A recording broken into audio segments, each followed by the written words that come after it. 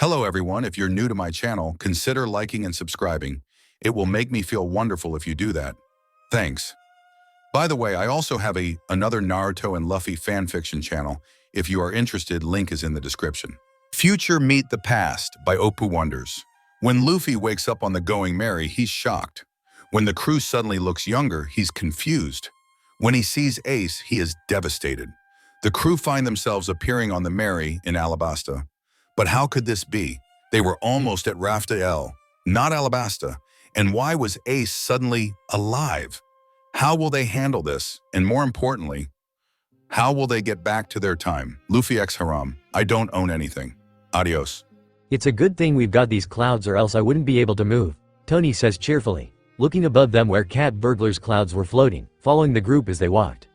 It's gonna suck when you guys leave. I'll have to be pulled on the sled again, Chopper said sadly. At least you don't have to walk through the heat, Usopp said, jealous. At least you're not the one pulling him, Nami said. Like you're one to talk. Besides, Zoro thinks it's training. He wants to pull Chopper, Usopp whined. Zoro merely shrugging, not denying the words. Luffy laughed at his crew's antics, arms behind his head as he walked slightly ahead with Sabo. The two of them having a conversation of their own involving Luffy asking Sabo if he's had any interesting meet at the organization he works at. Meanwhile, the other future members, besides Tony who was caught up in the previous conversation, were thinking about how they could forgive their past. Sniper was beginning to trail behind as he thought, staring at the ground. Could he forgive himself? He hadn't exactly been trying hard to get to his captain when they were separated, and that's what bothered him the most. He was acting on his own desires, completely forgetting that he had a captain to try and return to. Instead of working on a way to get back, he was blindly eating food left and right, trusting that everyone was okay, and that it would all work out in the end. How wrong he had been. His captain was fighting a war without him. His captain was traversing the hell of Impel Down, doing everything in his power to save his brother, and he was rolling in food. Monkey had gone to Marineford, fought in a war, and lost his brother, all while he was running from man-eating plants, only wondering how he was going to live, and potentially eat more food. When he saw that newspaper, it was like the happy filter on his life shattered, showing the dark, horrible truth. He had failed his captain. He had failed Ace. How was he supposed to become a brave warrior of the sea when he was running from bugs and not facing the truth that his captain was in danger, and he had done nothing to help him? He could have lost Monkey in that war, and he wouldn't have been any the wiser, not until the newspaper came to deliver the news to him. Sniper blinked back unwanted tears at the thought as he raised his head, noticing how far back he had trailed, nearly to the point that Cat Burglar's clouds weren't covering him in shade anymore. Speeding up his pace, he caught back up, glancing over to Monkey who seemed to, uncharacteristically, be thinking, like the rest of the future members besides Tony. Scanning around again, he saw Ace slightly off to the side. If he wanted to be a brave warrior of the sea, he had to face his past. Stealing up his courage, Sniper took a deep breath, straightening himself and walking over to Ace. The older looked at Sniper as he approached, offering a smile in greeting, which Sniper nervously returned. Though curious, everyone else kept to themselves, starting conversations amongst themselves so Ace and Sniper could talk in private. "What's up, Sniper?" Ace asked easily. Sniper stared at the ground in front of them, not sure how to answer. "Well, I was thinking. To get back we have to forgive our past, and to do that, the best way would be to talk to you." "So?" Sniper trailed off, not knowing how to continue. Ace waited patiently for Sniper to continue, thankful for his experience as a division commander. Members of his division always came to him when they had problems, and he had gotten good at listening and giving advice to them, so why would this be any different? "When we were separated, all of us were sent to different islands," Sniper began, feeling that the best way to talk about this would be to start from the beginning. "I don't really know where the others were sent to, we never really talk about it, but I was sent to one of the islands in the Bon Archipelago. At first I had no idea where I was, or anyone else, but when I got hungry and calmed down I realized the whole island was covered in food and I started eating, almost forgetting everything that had happened. I met a guy named Hercules, and he saved me from the man-eating plants on the island, but all I could think about was eating, and I was just hungry, not even thinking about how I should try and leave the island and get back to the others. I was a coward, and I didn't want to try fighting the plants on that island, so I was going to wait, but..." Sniper trailed off again, remembering the newspaper that came that day. "Then the news came. The news of your execution, and Sniper once again trailed off, the memories of that black and white picture of Ace's body on the stone ground of Marineford haunting him. He closed his eyes and took a deep breath, turning to Ace now with a look of sadness. It just hit me that, while Monkey was fighting a war to save you, I was waiting for him to find me because I was too scared to save myself. I guess. What I feel guilty about is how much I used to rely on Monkey, how much I didn't try to defend or save myself.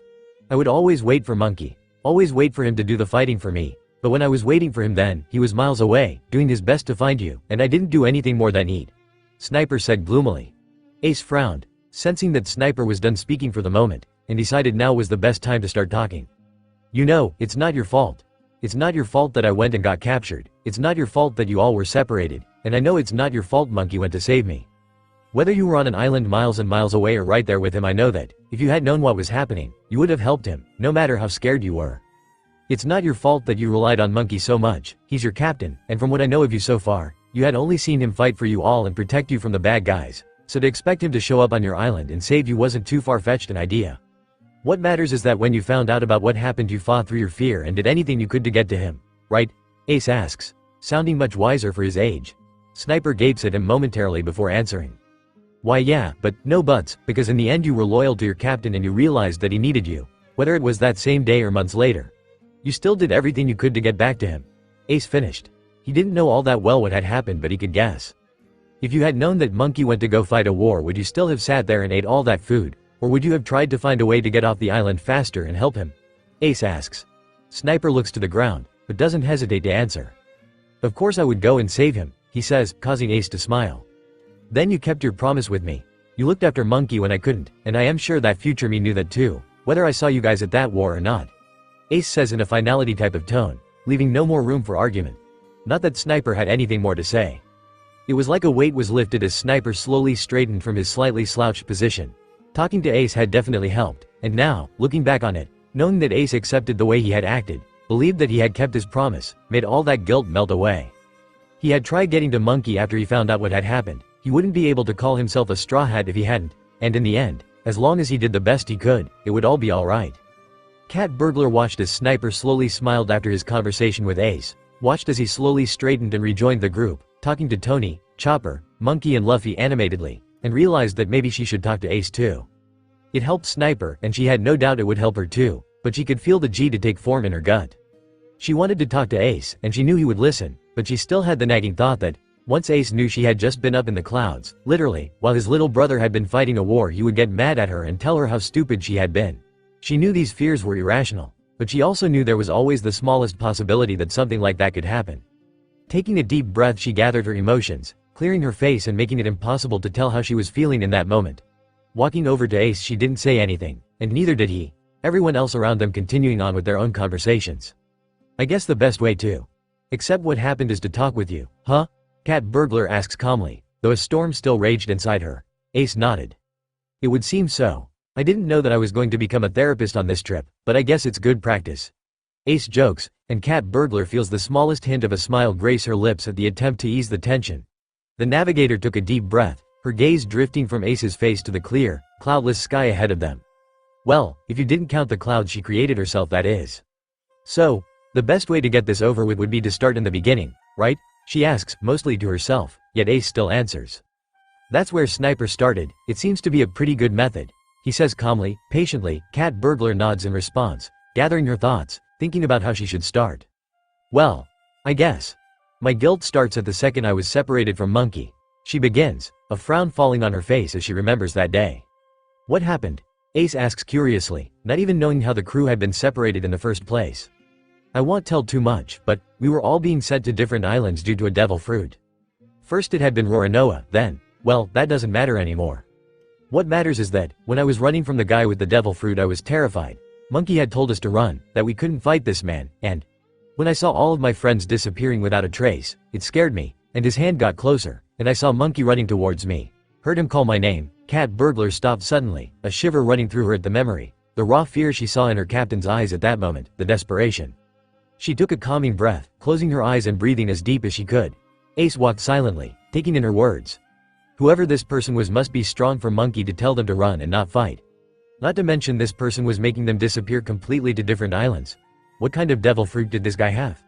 When I saw him, I said something I regret saying the most in my life. I looked him right in the eye, held out a hand and said, "Luffy. Help," and within seconds I was sent to Weatheria, a sky island. I disappeared right in front of Monkey's eyes after asking him to help me. When I knew he couldn't help me, he had been too far, but I still said it, and I regret it. It was almost like I was rubbing it into him that he wasn't strong enough to save us then. Even after that, when I was on Weatheria, I had no sense of urgency. Sure, I knew that I had to get back to the others, had to regroup with them, but when I saw all of the different advancements Weatheria had I was awed. I began to think, maybe I don't have to get back right away, after all, they can survive a few extra hours, maybe even an extra day without me. If only I had known what was happening while I was wasting time there, just because the thought of a shower intrigued me. Cat Burglar says with almost a seething anger towards herself for her selfless actions then. She could remember having those thoughts and they appalled her. Ace had remained silent, feeling that the best way for Cat Burglar to get over her guilt would be to vent the whole ordeal. Whereas Sniper needed comfort and reassurance that what had happened wasn't his fault. Everyone deals with their guilt differently and soon he was going to know how each member of the Straw Hat crew dealt with theirs. But did it stop at showers? No, that stupid weather knot made me want to stay. The stupid weather ball made me want to stay. The stupid research notes made me want to stay. I am a navigator, and right in front of me was years of information on weather patterns and ways to manipulate them. And while I was busy having fun in the clouds, Monkey was in a war, going through hell, without us, without me, because I was too busy lollygagging. Cat Burglar shouted, continuing her rant. Everyone respectfully, and some even fearfully, ignored Cat Burglar's words. Even Nami herself. No matter how curious they were to know what she was saying. They all continued on with their own questions and thoughts, not even glancing twice at the raving redhead who was flailing her arms around wildly, shark teeth adorning her normally mischievously grinning mouth. Ace dodged the navigator's flailing limbs with ease, having had good practice when Luffy was little and learning his devil fruit powers, and watched with almost amused eyes, though made sure not to let too much amusement show in fear that the navigator would turn her wrath his way. After a few more minutes of ranting, Cat Burglar sighed, running a hand down her face, eyes closed, yet a look of frustration still present on her face. Sometimes I just want to go into the past and shout some sense into myself. She grumbles. Ace smiles a little, deciding now was a better time than ever to speak. You may want to change the past, but that's impossible. There's no reason dwelling on something you can't change, so you may as well look at what's ahead of you and work on being a better person than you were yesterday. Like I told Sniper, I know that if you had been there at Monkey's side that day you would have done all you could to help him. You would have chosen Monkey over all of the advancements on Weatheria, and that's what matters in the end, that you would have helped if you had known. Ace says, watching the frustration and anger melt from Cat Burglar's face, her arms going limp at her sides. She closes her eyes briefly, taking another deep breath, before smiling slightly as well and turning to face him. You know what, you're right. I spend too much time looking back on things I could have done, things I should have done differently, when I should be trying to find things to do differently now, find ways to better myself. She says, her self-confidence increasing, smile widening. It was quiet between them once more for a moment before she spoke again. Thanks, Ace. I really needed this, more than you could imagine, and there aren't exactly many people to rant to on this crew. Robin's always got an ear open, and I'm sure Monkey would listen if asked, but I never want to burden them with my problems, especially when they've gone through much worse things than I have. Cat Burglar finishes, glancing at the mingling crews. Ace nods. It's no problem, I understand, but I am sure they wouldn't think you were burdening them, they care about you. Ace says, the conversation falling silent for the last time. Cat Burglar left, mulling over everything she's ranted about and all the advice Ace gave her while Ace waited for the next crewmate to come his way in search of forgiving themselves. He didn't have any idea who would be next, or when they would come his way, but he wasn't surprised when it was Tony who did it, shyly skirting away from the other crew members and making his way to Ace's side, staring at the ground ahead of them and fidgeting with his hooves. Everyone deals with guilt differently, and it was his job to figure out how to help Tony. Hey Tony, what's up? Ace asks, trying to start the conversation, knowing that if he didn't do it now they would probably walk in silence for hours. Tony let out a small eep of surprise, jumping slightly, before fidgeting beside him once more, looking EV. Aye. You know, it's just that. Everyone's coming to you about what happened, Ayan. Tony trailed off, not quite sure what to say next. You think it'll help you too? Ace said matter-of-factly, Tony nodding meekly in response. I am sure it will, no need to be scared, I can handle anything you throw at me. Ace said cockily, grinning towards Tony who smiled back.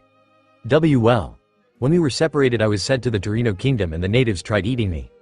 After they were attacked by giant birds and a lot of talking and convincing I made friends with all of them, and they had so many books on medical knowledge, it was so cool, and I wanted to read all of them, but then the news came. And I saw what happened. Monkey had been in a war, and I, his doctor, wasn't there to patch him up, wasn't there to help him get better. He almost died and I wasn't anywhere near him to help, Tony cried. Fat tears rolling down his face and drying in his fur. Suddenly he let out a wail, attracting the crew's attention, but they all seemed to think that Ace would handle it, and after sending a worried look to Tony they resumed with their conversations. Before Ace could try to comfort the tiny reindeer there was fur blocking his view, causing him to stumble back slightly as he realized Tony had just latched onto his face. Ace realized at that moment that the reindeer wasn't going to be like Sniper and Cat Burglar who found comfort in talking things out. Tony was going to need physical comfort rather than the comfort of words. Smiling softly, Ace pried Tony off his face, resuming their walk, while hugging Tony to his chest, letting the blue-nosed reindeer cry as much as he wanted to. It went on this way for a little bit, the crew trying their best to block out the sounds of Tony's wails, though Robin seemed to be having the hardest time with that, and Ace continuously petting Tony's back and making sure they continued walking straight. When Tony finally let go, Ace set him on the ground, raising an eyebrow and smiling. "Better?" he asks, and Tony nods, rubbing his eye. "Yeah, thanks Ace," he said, smiling up at Ace, causing Ace's smile to widen. "No problem. Besides, you don't have to worry, now that you're back together you'll always be there to patch up Monkey, and if he ever gets in too much trouble make sure to yell at him for me. My little brother can be more than a handful at times and can be overly reckless," Ace said, Tony giggling in response. "Don't worry, I always tell him he shouldn't do such reckless things, but he never listens. I'll be sure to yell extra for you too," Tony says in a childlike manner that keeps Ace's smile on his face, watching Tony rejoin the group happily, a weight seemingly lifted off the poor reindeer's shoulders. Glancing around at the others, Ace noticed just how many more people had to come talk to him. He was happy to help, but it was hard to give advice on something he knew nothing about. Ace was stubborn though, and he'd be damned if he didn't try and help the crew. Looking once more at the group he sighed. Well, 3 down, 7 to go. The Straw Hats had been walking through the desert for a good hour, and so far, it was going good. Cat Burglar, Sniper and Tony had all talked to Ace about their guilt, and it seemed more of the future members were going to do the same, whether it was now or later. Nothing was happening as they walked, leaving the crews to mingle with themselves for entertainment. "Oh, and the time you got eaten by that alligator. That was you, Luffy. Me and Ace had to save you, remember?" "Really? Well, there was also that time when we were at the Gray Terminal and you destroyed all the wood we were going to use for our secret base. That was also you. How do you destroy wood? Did you burn it?" "No, my dear Tony, my little brother merely threw it across the way and before we knew it, it was splintered. What was salvageable was quickly destroyed as well when Luffy got to it and ran right into a tree with it. So not my fault. Ace was gonna kill me and that tree was in my way." Sabo sighed at the memory. Luffy running face first into a tree, all the wood in his hands breaking on impact as Ace swung his fists at Luffy's head. Tony listened curiously, amused by the stories of Luffy's childhood, even if the rubber captain did get them wrong. "Maybe you shouldn't have thrown the wood then," Sabo said nonchalantly. "But that way was so much faster," Luffy said in exasperation, as if it was the most obvious thing. Sabo smiled, shaking his head. "It amazes me sometimes how destructive you can be," Sabo says. "Yeah, one time he destroyed the whole infirmary when I had to give him a shot," Tony chimed in, remembering how it looked as if a tornado ran through the infirmary on the Mary. "Shots hurt. Besides, I don't get sick, so I don't need him," Luffy said, pouting and crossing his arms. "But you do fight a lot of bad guys who could have things like rust on their weapons or armor. You could get tetanus, or maybe they have some disease transferred through contact. Shots are important," Tony adds, only causing Luffy's pout to deepen. "He's right, Lou, you should let him give you the shots. Besides, you fight so much that a shot should feel like a mosquito bite to you," Sabo says. Luffy didn't respond, leaving Sabo to smile and shake his head at his childish brother. Meanwhile, a little further back where many of the future members were thinking, Frankie, having finished another bottle of cola, and replacing it inside his stomach, decided that now was as good a time as ever to talk to Ace. He may not have known him long, only a few hours in fact, but this was his captain's brother, and he seemed like a super guy, so this talk should go smoothly.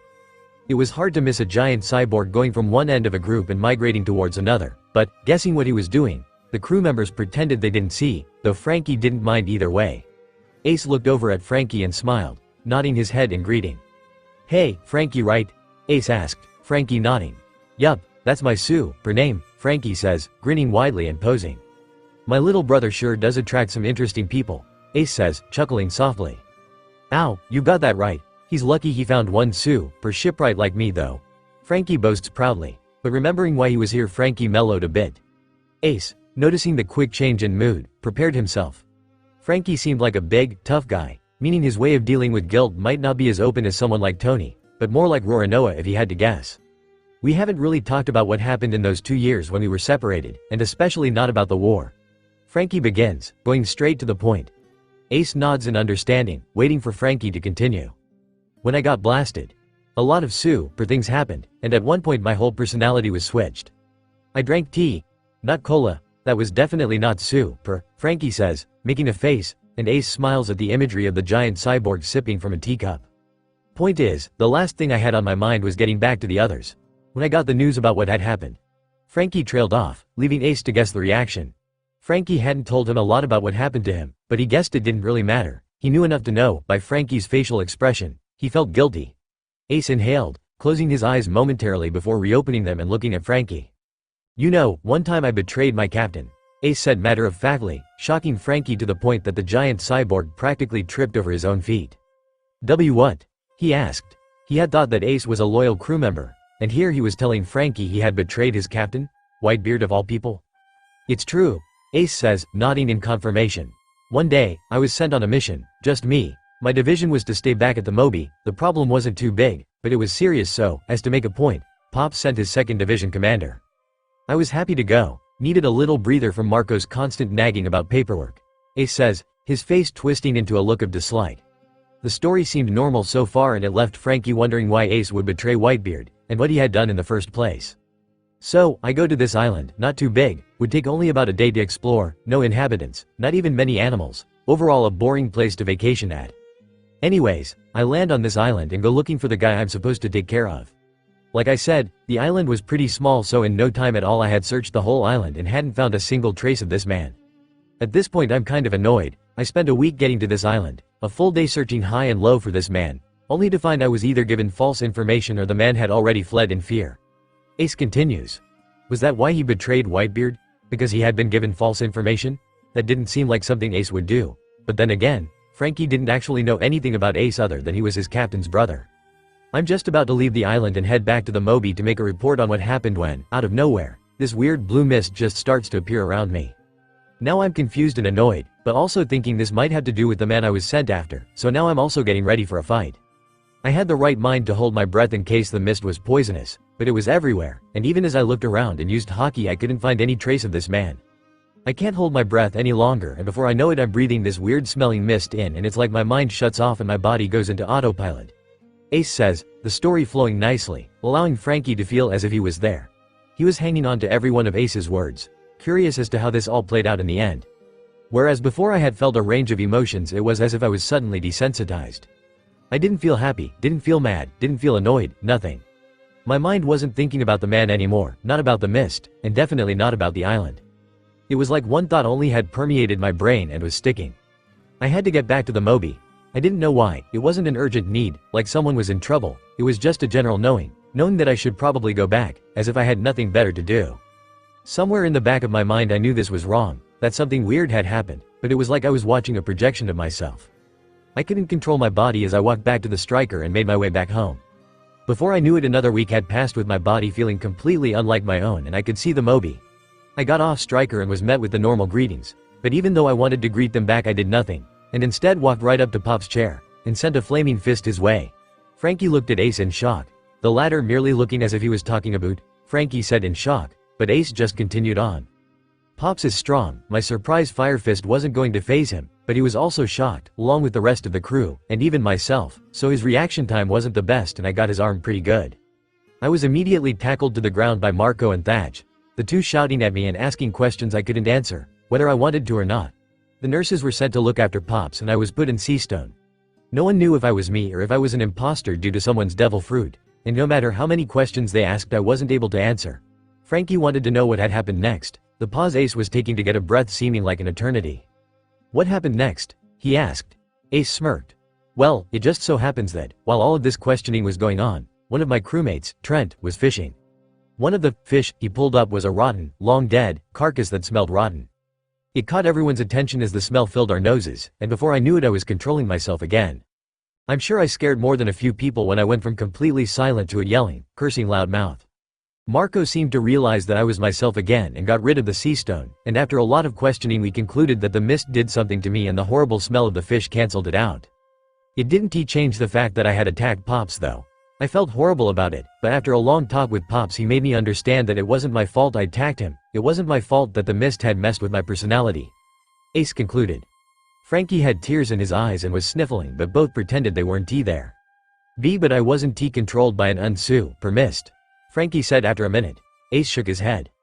No, you weren't, but you were changed against your will, you said so yourself, you weren't acting like you normally did. I don't know what circumstances led to your personality switch, but I'm pretty sure it was unavoidable. Like how I was snapped out of it after I betrayed my captain, you changed after you heard the news, which is just as bad. It wasn't your fault you weren't there to help, and there was nothing you could have done. That news was the rotten-smelling fish that allowed you to be yourself again, even though bad things had already happened without your consent. There's nothing you can do to change the past, so focus on now, focus on being yourself, focus on helping Monkey," Ace said, giving similar advice that he gave Cat Burglar. It was quiet again and Ace was beginning to think it was the end of the conversation when he heard a sudden cry beside him. That was beautiful. I wouldn't have been able to say something as super as that in a million years, Ace bro. I am not crying, I've just got sand in my eyes. I swear, Frankie said as he rubbed furiously at his eyes overflowing with tears. This damn sand, it's so unsuper, making me look like I'm crying at such a touching story. I'm not crying, damn it, I'm not. He was cut short as he hiccuped, suddenly letting out a wail and hugging Ace, lifting the fire user effortlessly off the ground as he cried. It was so beautiful, man. Such a touching story. It's hard to feel guilty after hearing something like that, Frankie wailed, Ace awkwardly patting the cyborg the best he could with his limited mobility. Maybe Frankie wasn't as tough as Roronoa when it came to emotions. In reality, the giant man was a big softie, which was ironic seeing as Frankie's body was anything but soft. Ace let Frankie continue to cry, and eventually he was let back down, Frankie wiping at the few remaining tears. Ace stretched, his joints popping in relief at being released from the tight grip Frankie had. Frankie thanked him once more before heading off to the others, seeming happier than before. Now that he looked, the ones he had spoken to all looked lighter, happier. They were grinning and talking, Cat Burglar with Tony and Frankie starting a conversation with Sniper, the four laughing and chirping loudly with ease. Ace was glad that he seemed to be helping the group, even if all he was doing was talking and listening. The rest that hadn't talked to him all had looks of deep concentration on their faces, all of them at one point or another glancing his way as if working up the courage to go over next, which was probably exactly what they were doing. Ace-san, if you wouldn't mind, I would like to speak with you next. Brook, the tall, talking skeleton, said as he appeared beside the Mera Mera no Mi eater. It was still slightly unnerving to see a skeleton alive. Kinda. And talking. But Ace brushed it off as best he could, smiling to the musician. It's no problem. Brook, right? He asked. Brook nodded his affirmation. That's correct. It makes my heart swell in joy that I was able to meet you, even under these circumstances. Not that I have a heart to swell. Yo-ho-ho-ho. Skull joke, Brook joked, Ace laughing in response. After a minute, Brook composed himself, facing forward as they walked, yet preparing himself for the talk they were about to have. I think. My guilt stems from before I even met the Straw Hat Pirates, before I even died really. Brook began, going straight into the story. Ace was interested in the skeleton's past and listened intently, wanting to learn more about Monkey's crew members. You see, on my first run through life I was on a pirate crew. Back then pirates were much different, they actually did it for the adventure, much like Monkey-san. Nowadays many are a disgrace to the word pirate and only care about murdering and pillaging. But that's hardly the point now, Brook said, noticing that he was rambling. Anyways, I was a part of the Rumbar Pirates. My previous captain, Captain Yorkie, was a good man, but before we knew it Captain Yorkie came down with an incurable sickness, one that was highly contagious. I was devastated when he died, but I had become the new captain so I had to be strong. Eventually, after a little while on the sea, we ran into a group of pirates. We fought them, but in the process the remaining crew members were poisoned. Before then I had eaten my devil fruit, but we weren't sure if it would really bring me back to life or not. We had made a promise to a whale named Laboon that we would come back one day, and in our final moments we played one of Laboon's favorite songs, which I recorded on a tone dial. After that I remember waking up, my soul having taken a long time to find me again, seeing as we were in the Florian Triangle and it was extremely dark and foggy there. I was only bones by then, and I was stuck drifting in the triangle with no way out. Not to mention, my shadow was stolen, and if I went out in the sun I would turn into nothing but ash. Brook said, Ace listening to every word. It sounds like you've been through a lot, Ace said, to which Brook nodded too. Yes, it would seem that I have. They continued on in silence for a moment before Brook continued. Eventually, while I was drifting, I heard someone coming aboard my ship, and before I knew it Monkey and the others were there, the first people I had seen in many years. Monkey immediately wanted me on his crew, and after going back onto his ship and telling them my story we went to Moria's ship. Much happened after that, but it wasn't until the separation that my guilt began. When we were separated there wasn't much I could do to help my new captain and friends, and it was almost like I was losing Captain Yorkie all over again. I hadn't been able to help my previous captain, and here I was, failing another, after I had promised Monkey that I would do whatever I could to help. Brook said softly, eye sockets turning down towards the sands. Well, it seems to me that you did do whatever you could, right? Ace asks Brook, watching the skeleton look up at him. More like down with Brook's height, with curiosity. You said that you promised him you would do everything within your power to help. It sounds to Marithian you could, whether it was enough or not. That's more than anyone could ask for. If there was truly nothing else you could have done, that means you did everything you could and you should be proud. I'm sure Monkey is, after all. It doesn't take much to make him happy, and if you stood up for his friends, he's most definitely more than happy. Ace says reassuringly. Brook smiles to himself, not that he had a mouth to smile with, and nods. I guess you're right, Ace-san. It's easy to bring yourself down. It's nice to have someone reassure you that you're not in the wrong. I'm glad we had this talk, and that I got to know you a little better, Brook said. Same goes here, Brook. I'm glad I got to meet you. You're a good guy. I'm glad Monkey's got someone like you on his crew, Ace says. Yo ho ho ho. Your words fill me with so much joy. I will take my leave now. It seems Miss Robin-san would like a turn to speak with you as well, Brook says, and they both turn to see Robin watching with a knowing smile. Ace nods, smiling as he says his goodbyes to Brook and watches as Robin makes her way over to him. It seems I'm next, doesn't it, Ace-san? Robin asks, still smiling as she matches his pace.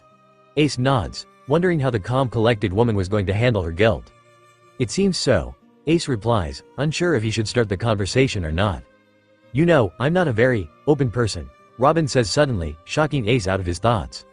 I had a feeling, Ace says slowly, not completely sure where this was going. Robin merely smiles warmly to Ace, reminding him of Makino almost, before continuing. It's due to a long and depressing past that I see no need to get into it this time. After all, this isn't about my personality, this is about what I would feel guilty about, Robin says, and Ace nods. When I met Monkey, we were enemies, and at that point in my life I hadn't had anyone close to me.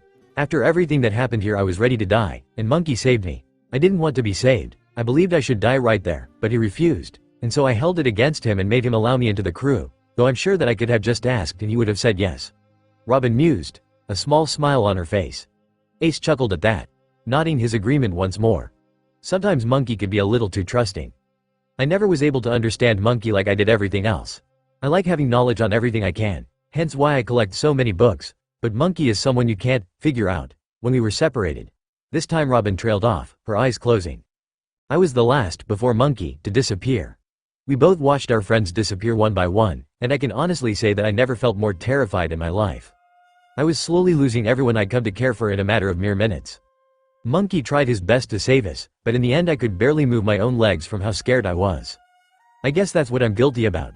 I'm always the calm one, but in those last moments I showed Monkey how terrified I was over something and he wasn't able to help.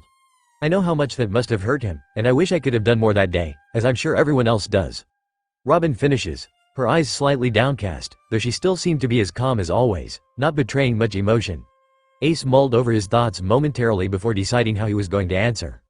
You know, sometimes, no matter how much you try, there are some things that just can't be done, Ace said, his eyes drifting over to Luffy and Sabo, who seemed to be arguing about something, Sabo wearing a smug smirk and Luffy a pout. Robin noticed where he was looking and waited in curiosity for Ace to continue. When Luffy and I were little, when we thought we lost Sabo, thought he died, I remember wishing I could have done more to save him. Maybe if I had listened to Luffy and went after him, maybe if I didn't listen to those stupid pirates, maybe if I had done more it would have never happened. But the thing about wishing is that, you can wish all you want, but the hard truth is that, chances are, nothing's going to change, not unless you do it yourself. You have to work hard to get stronger, work hard to move past things that hurt you, painful memories, depressing thoughts. Ace says, sensing that Robin would want to hear the truth without him sugarcoating all of his words. Robin nods, still facing forward. You know, Ace-san, you're better at this than you think you are, the archaeologist says, turning to face him, and giving him a smile.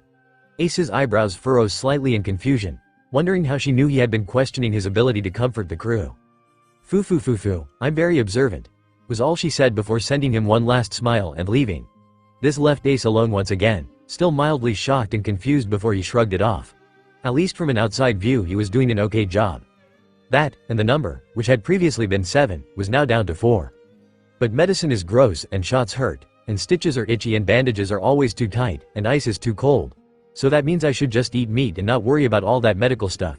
Besides, meat is good, medical stuff isn't, Luffy says matter-of-factly ahead of Ace. That's beside the point, Lou. The point is, you know what, never mind. There's no use wasting my breath trying to get you to understand this, Sabo says, sighing and face palming. Luffy started laughing, feeling as if he won the argument when he suddenly stopped, tilting his head in confusion. Nay, Sabo? Do all birds have giant swords? Luffy asks, gaining everyone's attention at the seemingly random and absurd question. What? He asks. Luffy points up, making everyone stop and look. The clouds Cat Burglar had created had thinned greatly and there was barely anything left, making it easy to see the sky above them. They hadn't even noticed the rain stopping or the slow loss of shade, but now that they did notice, they all realized how hot they were getting. That was beside the point though, as they spotted what Luffy had seen. I don't think that's a bird, I think that's a person. I don't think that's a bird, I think that's a person. Sabo said in slight disbelief as they all stopped to watch the person fall from the sky. Why, you don't think it's another bad guy, do you? Nami asks, hiding behind Sanji and Zoro, one swooning, the other glaring. Who knows, it could be an ally or an enemy. Robin says mystically, seeming calm and unfazed, though her battle stance gave away her caution. Every one of the future members were in battle stances, even the ones once known as the weakling trio. Monkey was the only exception as he and Luffy watched in amazement and curiosity, wondering who it could be. Sabo and Ace gravitated towards the two and adopted battle stances as well, watching the once small dot grow larger in size as they fell closer to the ground. That doesn't help, Usopp said in fear, his knees trembling as he and Chopper held each other closely.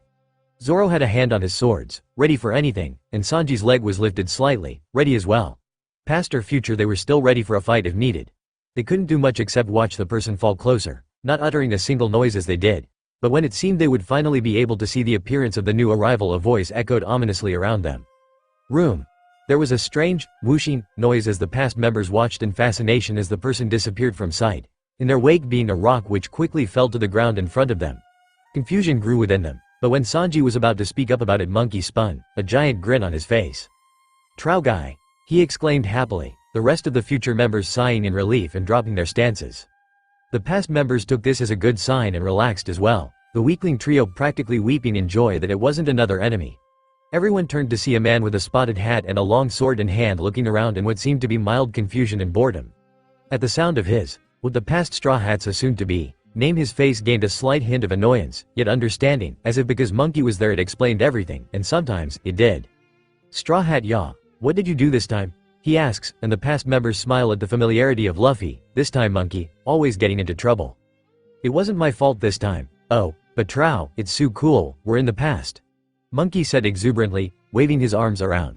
Tony trotted over as well, smile on his face. Yeah, and there are two of us. Look, Tony says, pointing a hoof over to Chopper. Trow guy raises an eyebrow at this, but seems to accept it quickly with a sigh and a shake of his head. So I'm guessing you're a good guy then? Sanji asks, lighting a cigarette. Law watches for a moment, noticing that almost everyone did have a double before nodding, both to himself and to Sanji. I would guess so. I'm Trafalgar Law. Law says in a seemingly bored tone, but his eyes gave way to his interest in what was happening. So what exactly is this? Devil fruit? He asks, turning to Robin as she was normally the one to be informative in these situations, opposed to Monkey who would skip over every important detail. Robin smiled to him and quickly summarized everything that had happened, and Law hummed in interest, scanning the group again. So you're Princess Vivi? He says more than he asks, having heard about the Straw Hats' adventures in Alabasta a few years back. She nods, standing tall and proud, and he nods once more, sighing. Alright then, you do know how to get us back, right Monkey y'all? Law asks. Monkey nods enthusiastically, still glad to see his friend. Yeah, actually, we were already working on that, he says, his mood and tone sobering at the reminder. Law glanced to Ace, remembering the war and wondering how Monkey reacted to seeing him again. So you're from the future too? How did you do that thing before, when you disappeared? Oh, and your sword's huge? Are you a sword fighter too? Like Zoro? Do you have a devil fruit? Oh, Law cut Luffy off, knowing he could easily ask a million more questions. Slow down Straw Hat yaw, he said, the two falling into step as Law answered Luffy's questions. Everyone began their walking as well, following the two while Cat Burglar created more clouds to cover them, this time without the rain as Chopper and Tony didn't want them getting sick. Everything went back to how it was before, except now Law was the main attraction for the past members as they all listened intently to his every word about his powers and some hints of future events, though never in detail. Members of the future crew who hadn't resolved their guilt went back to brooding, while those who had went and talked amongst themselves once more, or joined in with the past members' conversations, while Ace and Vivi talked together for a bit. Was Luffy always a handful? Vivi asked softly, watching the straw-hatted boy talk animatedly with their newest arrival. Ace nods, smiling fondly. Handful is an understatement. With how much he eats, and his inability to sit still for more than a second, it was near impossible to keep up with him. I guess it was a good thing I always had something to keep him entertained with. Ace reminisces. Vivi smiles at the fond look he wore. It seems like you two are close at least, she says. Without Luffy, I would be a much different person, Ace says, remembering how he used to be. I think that's a special ability he has, along with the one that makes his smile contagious. she says, both simultaneously smiling at the thought. Ace nods in agreement. You're right on that one, he says without any doubt. The two continued on, talking about random things. Life as a pirate. Life as a princess, family, etc. But before long Vivi was being dragged off by an excitable Luffy and Monkey, the two chattering loudly. Come on Vivi, you have to hear this, Luffy exclaims happily. Yeah, Trow Guy's gonna talk about Zunisha. Monkey adds, the two pulling a helpless Vivi off as she looks back to Ace, giving him an apologetic smile. Sorry, it seems I don't have much of a choice, she says, and Ace waves it off. It's fine, I'm sure it's an interesting story, Ace says, and it was the truth. He probably would have joined as well if he hadn't seen the look Monkey gave Black Leg before coming over to drag Vivi off with Luffy. Monkey smiled to Ace in what looked to be gratitude before turning his attention back to Vivi and Luffy, talking animatedly to them. Ace's suspicions were confirmed when Black Leg made his way beside him, taking out a new cigarette and lighting it, leaving Ace to wonder just how many the man had left. Sometimes it surprises me how well Monkey can read us, Black Leg says after taking a drag. We never could get anything past him if it was important enough, Ace said, his eyes flickering to Sabo who was looking up at Cat Burglar's clouds, deep in thought. I think it's his ability to see those things so clearly that make me guilty, Black Leg says, focusing intently on Monkey's back. Ace returns his gaze back to Black Leg, waiting to see if he would elaborate. Oh, he asks after a minute, wondering if maybe Black Leg didn't want to continue, but with a sigh Black Leg tore his eyes away and looked at Ace, nodding. Yeah, sometimes when we're on the ship and I'm cooking I'll just remember. I'll remember the separation in the newspaper and I'll remember how I wasn't there and how Monkey must have felt during everything, and suddenly I'll be frowning, or biting on my cigarette. A habit I've been told I have when I'm stressed, and then Monkey walks in and I'll clear my face and go back to cooking. It never takes long, because Monkey always knows, and he'll ask about it but I always shrug it off and give him food to distract him. It never really works, I always feel him staring, but he drops it anyways, he says, and Ace knows the feeling all too well. When he would hear someone talk about Roger and come to the treehouse in a bad mood, the last thing he would want was mono. He would always throw meat his way the second he opened his mouth to ask. His ability is definitely a blessing and a curse. Ace agrees. Black Leg sighs again, closing his eyes and pulling the cigarette out of his mouth, twisting it at his side. You got that right. Black Leg mumbles, the two falling silent once more. So, what happened? To make you separate I mean? Ace asks gently. The question had constantly been nagging at him but he hadn't had the heart to bring it up with any of the others. Black Leg seemed like he would be one of the best to ask, besides Roronoa or even Robin, but he was, to be honest, slightly put off by the quiet woman. It wasn't in a bad way, if she was on Monkey's crew she was definitely a good person, but it was more of a way that screamed, if you mess with her you will regret it. So he decided not to ask her. Black Leg looked at Ace, as if pondering how he should answer. Before long though, he was looking straight ahead, eyes distant. Monkey has a rule on spoiling future events, but I guess I can give a gist, he says slowly, as if unsure if he should even say this much. Ace nods, happy to get anything. Black Leg closes his eyes and takes a breath. I guess the best way to put it is that we were separated by force. One man was all it took and we were all being sent to different islands because of his devil fruit. He had to touch us for it to work though, so, one at a time. We would be blasted off, only the wind disturbed when we disappeared.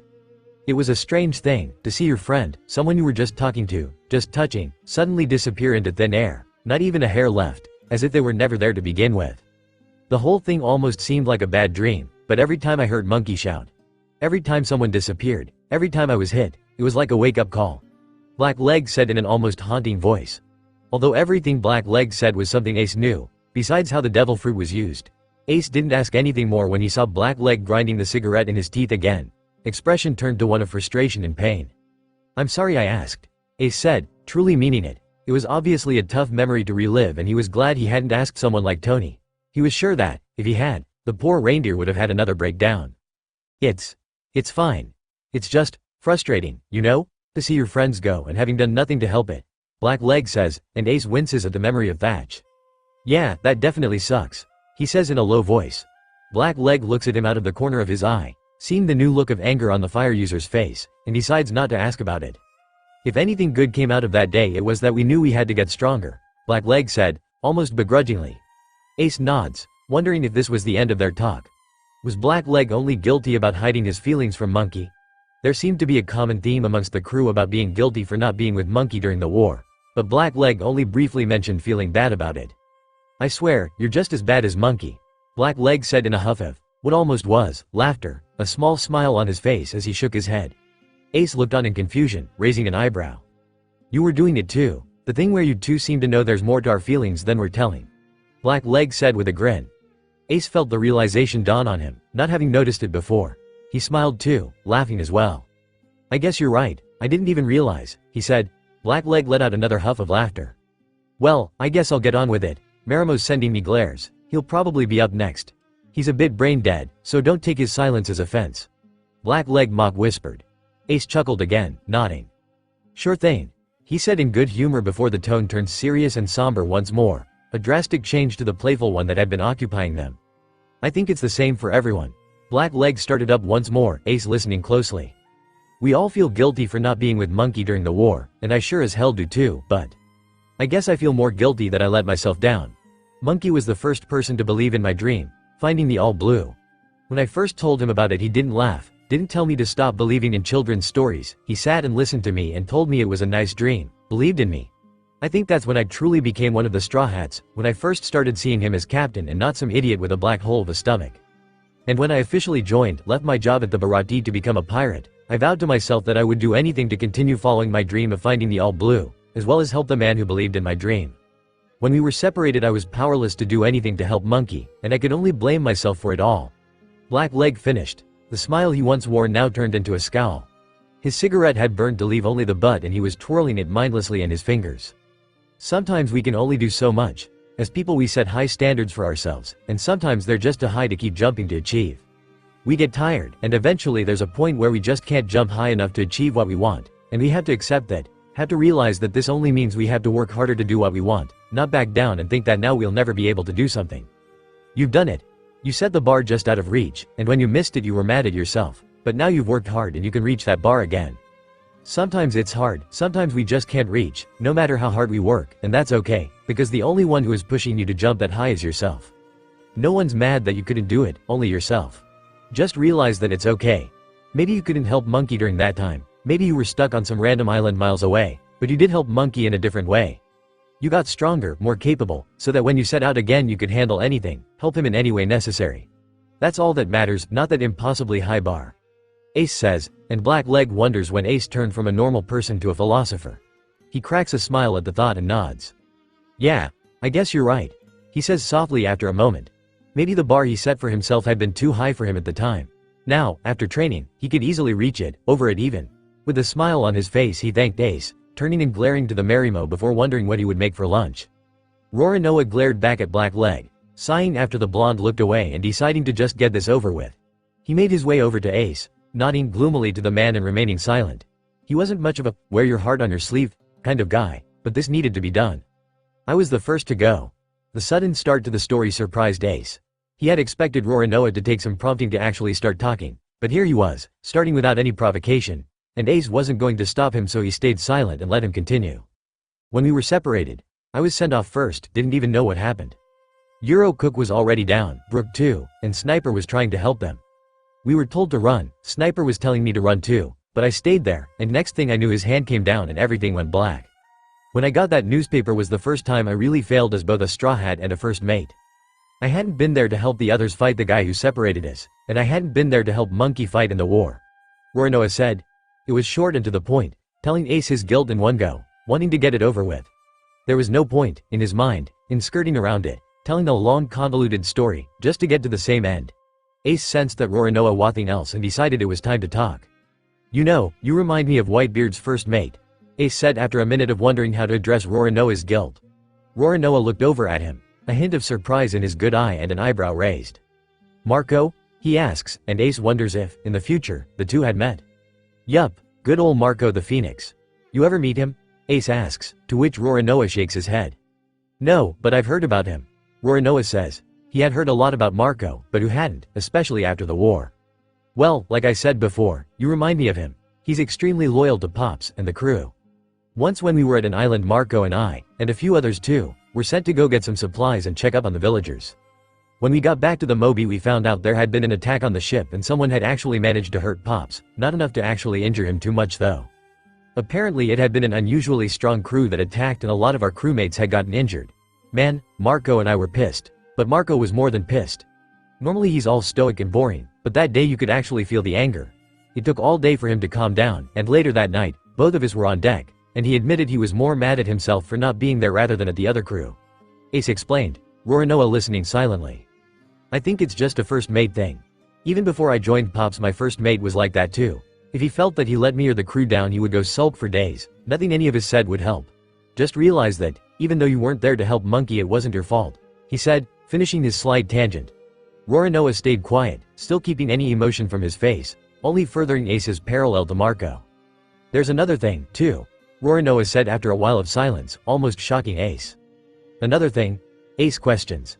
The swordsman nods, a scowl on his face as he looked slightly off to the side. The only reason he was still talking about this was because it was the only way to get home and help his captain, so he would bear through it.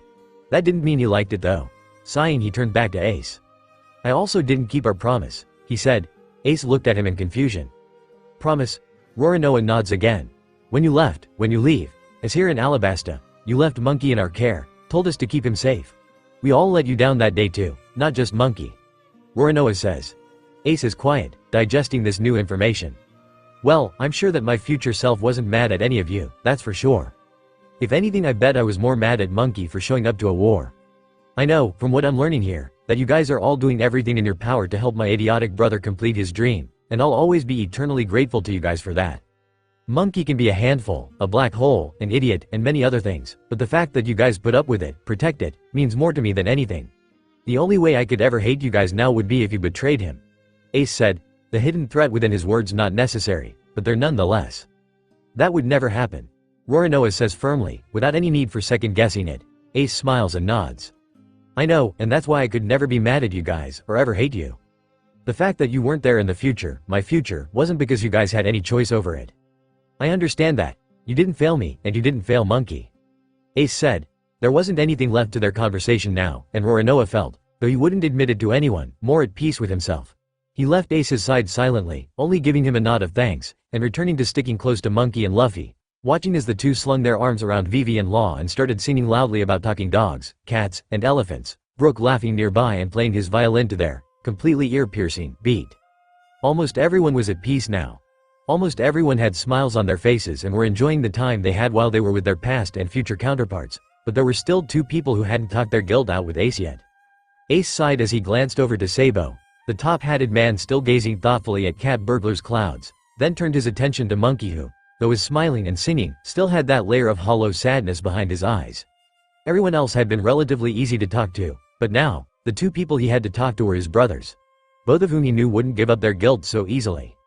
He had a lot of work ahead of him. So, what made you join up with someone like Monkey? Nami asked, curious as she studied law. Normally people did their best to avoid the Straw Hats because of their destructive nature and chaotic captain, but on the off chances that they helped someone, like Vivi for example, it was because of a troubling past or just because Monkey wanted to. Law didn't falter in the slightest under her gaze, though, and his expression stayed neutral. Common interest, he said simply. Nami, seeing that she wasn't going to get much more out of him, nodded. All of the past members were listening in on the conversation, some more than others, as well as Monkey, Sniper and Tony, and, by force, Vivi. So you're a captain too? Sanji asks, curious about their future friend. Why, yeah.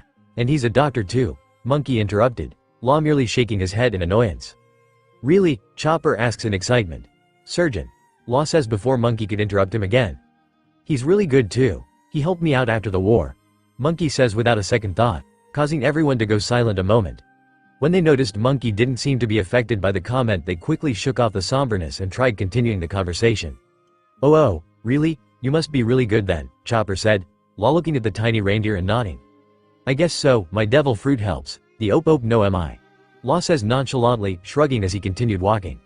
So you've got a devil fruit then? Zoro asks, curious. Law nods in response. What's it do? Chopper asks excitedly. It allows me to control anything inside my room that I create. Law says, demonstrating by spreading his room around the group and looking to a rock peeking out of the sand. He picks up a grain of sand and twirls it in his palm. Shambles, he says, the sand quickly being replaced with the rock. Wow, so cool, Luffy, Sniper, and Chopper shout in amazement. So that's what you did when you landed here, Naming said, finally figuring out how Law went from the sky to behind them, seemingly disappearing. Law nodded, pulling out a handful of pebbles from his pocket. After being around Monkey, I always keep these on my just in case. Law says with a slight sigh to his words. Nami shakes her head and Monkey laughs jubilantly. She. It's more fun that way, Monkey exclaimed happily. Ace was slightly further behind the main group, though still listening. He was happy to hear that there was a skilled doctor to help Monkey after the war, and his opinion of Law, as a result, increased. Everyone continued walking for another few minutes, the main group's conversation continuing without pause, Ace and Sabo both walking in silence. Ace didn't really know when it had happened, though. 1 minute Monkey was in the front, gesturing wildly and talking loudly, and the next he was in the back, falling behind. The past and future members were all still talking, either not noticing or ignoring the fact that Monkey was now gone from their conversation, while Sabo was just slightly off to the right of the giant group, and Ace was just slightly behind them, though now Monkey was furthest behind, a look of contemplation on his face that seemed out of place on the usually smiling boy. It made Ace uncomfortable to see his little brother making that look, so he slowed his pace down to match the ravens, the two walking side by side in silence.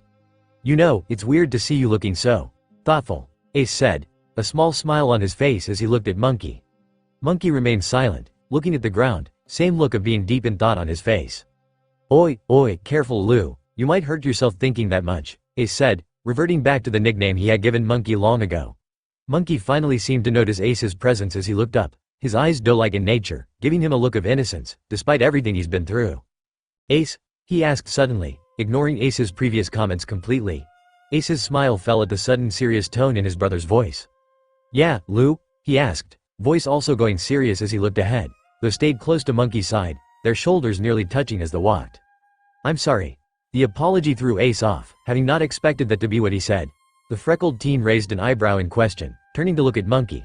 When he looked he could see the already slight moisture in Monkey's eyes and he had to refrain from stopping and hugging him. "What for?" he asked, the confusion clear in his voice, along with the worry and concern. Monkey's lip trembled and Ace was thrown back to when they were kids and Monkey cried over everything. "I don't like crybabies, I am not crying." "Yes you are. Am not, are too."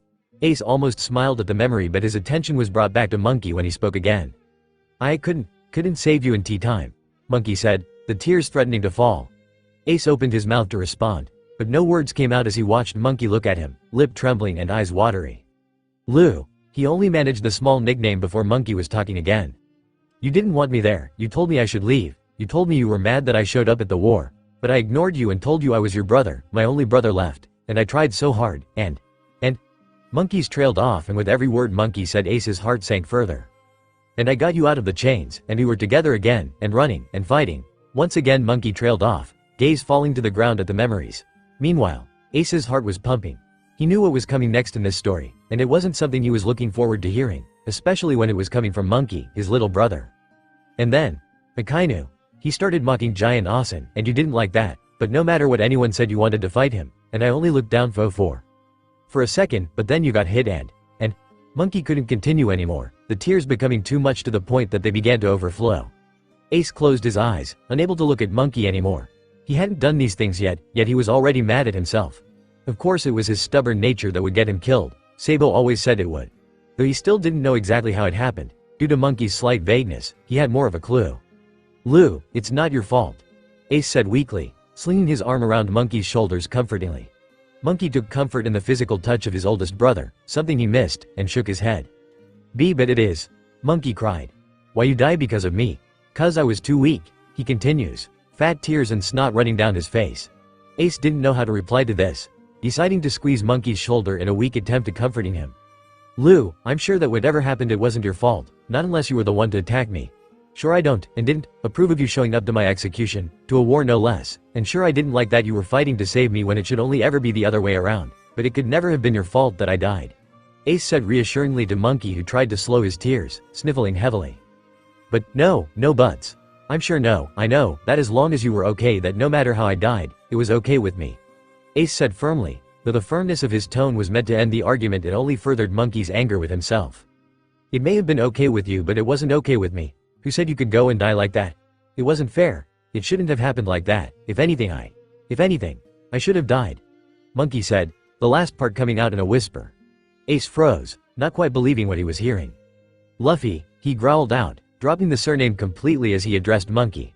Ahead of them a few turned to look what was happening, thinking Ace had been calling past Luffy on Ace's face, and the shame on Monkey's had them all turning back around, pretending they hadn't seen it in the first place.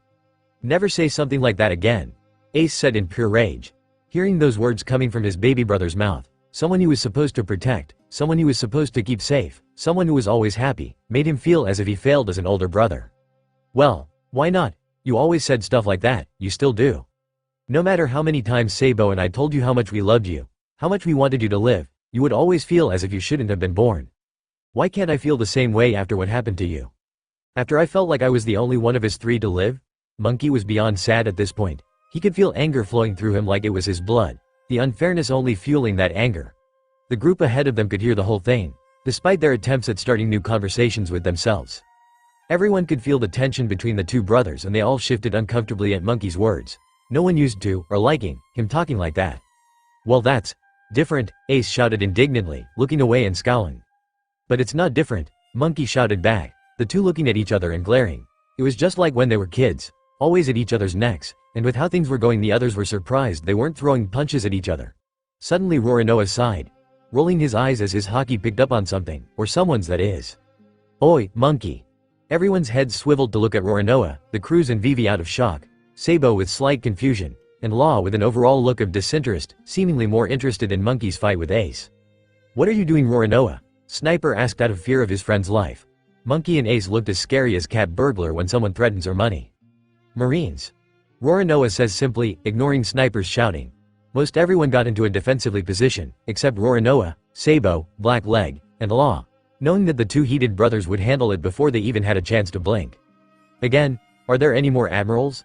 I don't think Monkey could fight another admiral with his wound, Tony shouts. They could see the Marines charging up the dune they had just climbed, all of them sweating, yet looking angry.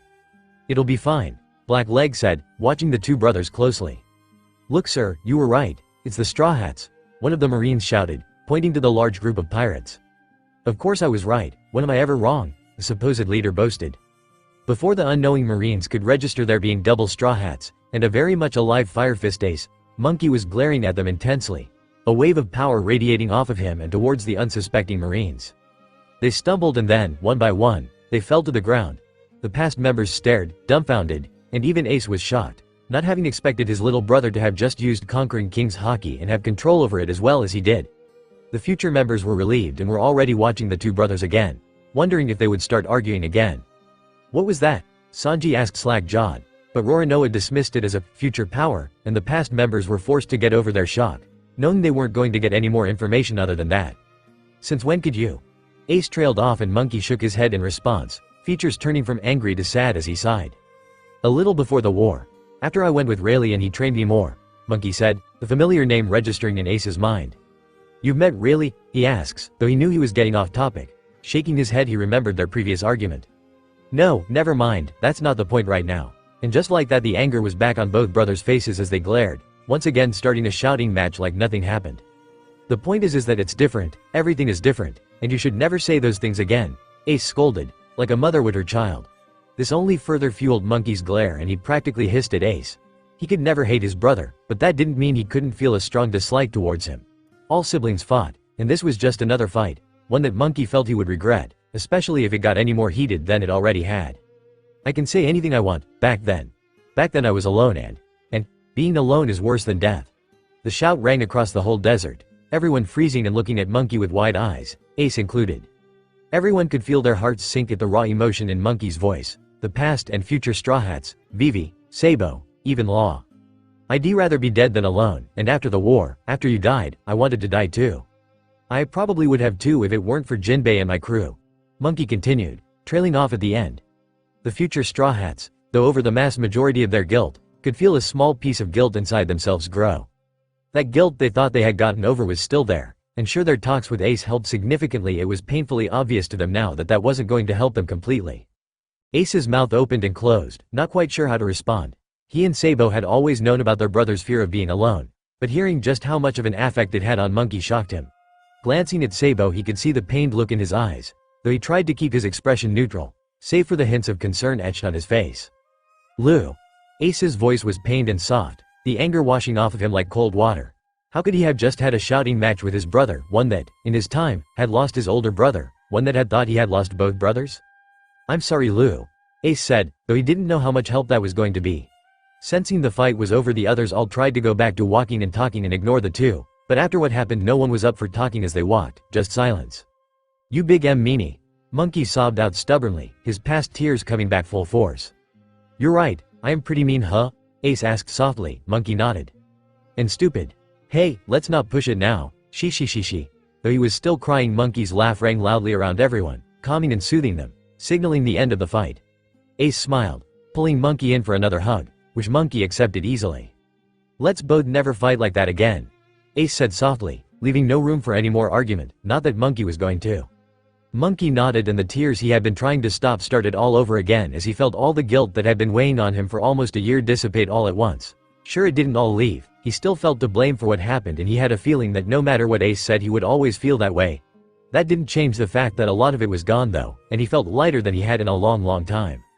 The brothers had stopped walking without anyone's knowledge, and before Ace knew it, had Monkey wrapped his rubbery arms around him tightly, not that he minded in the least.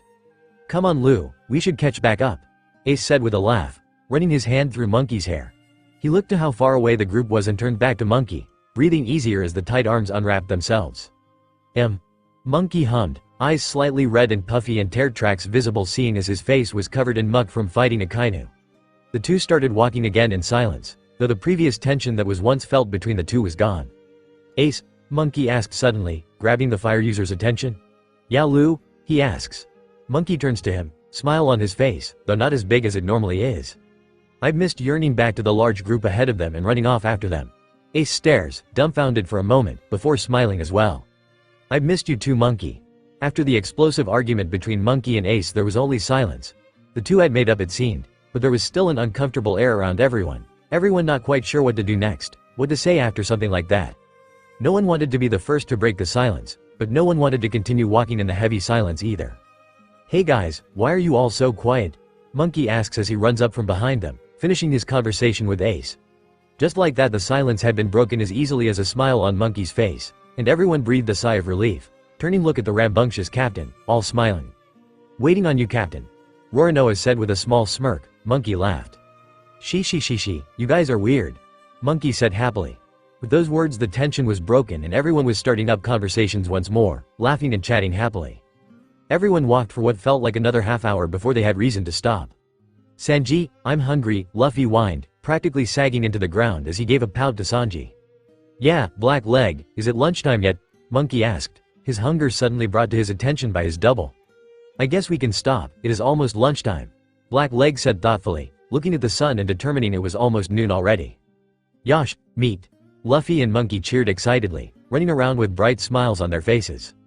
Everyone else merely shook their heads, delegating the chores between themselves, Ace and Sabo getting the fire ready and started, Black Leg and Sanji getting ready to make lunch, Usopp, Sniper and Frankie setting up some extra shade, and Roronoa and Brook keeping watch for any more magically appearing marines. Chopper and Tony started talking, discussing new medical techniques and pondering Monkey's condition while the girls sat together in the shade and talked amongst themselves. When the fire was lit Sabo sighed, glancing at Ace out of the corner of his eye. I guess the only one left to talk with you is me, huh? Sabo asked softly, looking into the fire, Luffy and Monkey's light-hearted laughter and cheering surrounding him, Sanji and Black Leg yelling at them as they prepared lunch. It would seem so, Ace said, crossing his legs, the two sitting in front of the fire, not bothered by the heat. It was silent between them for a moment before Sabo spoke up again.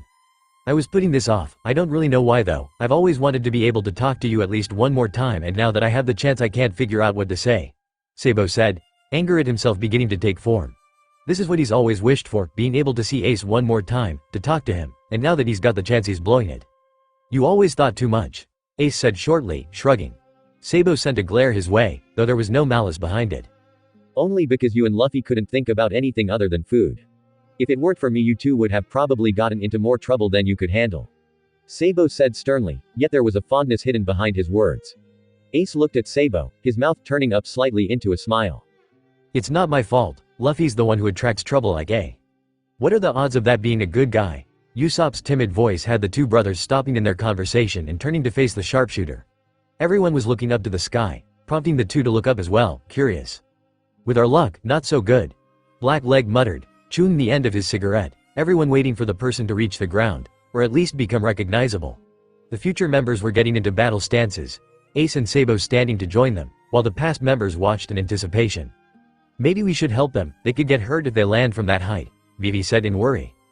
But what if it is a bad guy? Sniper asked, no one really knowing what to do. We can't let them get hurt though, Tony whined, his instincts telling him to help anyone, good or bad. Turns out, they didn't need to worry about the landing because, in a burst of blue light, the person was flying, down to the ground gracefully, landing with a huff, the blue disappearing. "Oh, it's you," Monkey exclaimed happily, smile on his face. This calmed the past members instantly, the future members relaxing as well, watching the two. "And who is this?" Nami asked, curious about their future allies. Monkey spun to answer, smiling, but Ace spoke up instead. "Marco, huh? Out of all the people to come falling out of the sky next, I didn't expect it to be you." Ace's words shocked more than a few people. The future members' eyes widened, recognizing the man as Whitebeard's previous 1st Division commander, while the past members noticed this must be a Whitebeard member, though not knowing for sure which one. Marco, though, was the most shocked. He turned to face Ace, any previous confusion that had been showing on his face disappearing the second he saw the fireman. "Ace?" he asked, eyes wide, skin pale, sounding almost breathless. Ace grinned widely at Marco, knowing this must be a shock to the usually stoic first commander. Under different circumstances Ace would probably relish in the fact that he got the man to do anything more than a bored, neutral look, but this time was different. "In the flesh," Ace announced proudly. Marco didn't look like he knew how to reply, going from looking at Ace, then to the future Straw Hats, then to the past members, groaning and rubbing his temple. The shock left his face and morphed to one of annoyance. "I don't know what's going on, but someone better explain fast, yoi," Marco said impatiently. Monkey laughed loudly. "We're in the past," he exclaimed as if it were completely normal. Everyone watched as the man took a deep breath before opening his eyes and looking at Ace again, an unreadable look in his eyes. "So Ace is really," he trailed off, shoulders slumping. Monkey nodded. "Yeah, he's alive," he said, a little more solemnly than before. Marco's lips thinned and he nodded, the Straw Hats, past and future, wondering how the man was going to take the news. They didn't know much, or anything at all really, about him. "Come on Marco, lighten up. The moody look never suited you anyway," Ace said, trying his best to lighten the mood as he walked up to Marco. He gave the first mate a small smile, placing a hand on his shoulder. The two stared at each other in silence a minute before Marco shook his head, smiling a little as well. "Says you, yoi," Marco said, placing a hand on Ace's shoulder as well. Ace's smile widened at this. "It's good to see you," Marco said softly, Ace nodding his agreement. After another second they removed their hands, Marco turning to face the future Straw Hats. "So what's happening, yoi?" he asked, looking to Monkey's crewmates, hoping they could better explain things for him. "Well, that's kind of a long story," Cat Burglar said, rubbing the back of her head while Robin launched into another retelling of the legend. At the end Marco was nodding, everyone going back to what they had previously been doing before the arrival of their newest member. "It's most likely that you were brought back because you were an ally to Monkey. You came after Law who didn't even know Ace. Maybe because you were at the war as well like Law was," Robin theorized, holding her chin in thought. Marco nodded, glancing back at Ace. "And how much do you know, yoi?" Marco asks, raising an eyebrow while Ace smiles sheepishly. "Basically all of it, but not in detail," he says. Marco sighs heavily at that, shaking his head. "You always were a troublemaker," he says, Ace huffing. "Hey, that's not true, Haruta causes just as much trouble as me, and that—" Ace cut himself off, remembering what was happening in his present, having practically forgotten due to much more pressing matters. Marco frowned as well, the two falling silent. No one noticed it though, all lunch are keeping Monkey and Luffy from eating it. "You're handling this well," Ace says suddenly, slightly shocking Marco.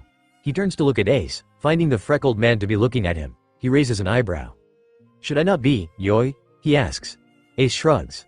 "I don't know, but almost everyone else that shows up looks at me like I'm a ghost, which I guess makes sense," and Monkey and Sabo cried.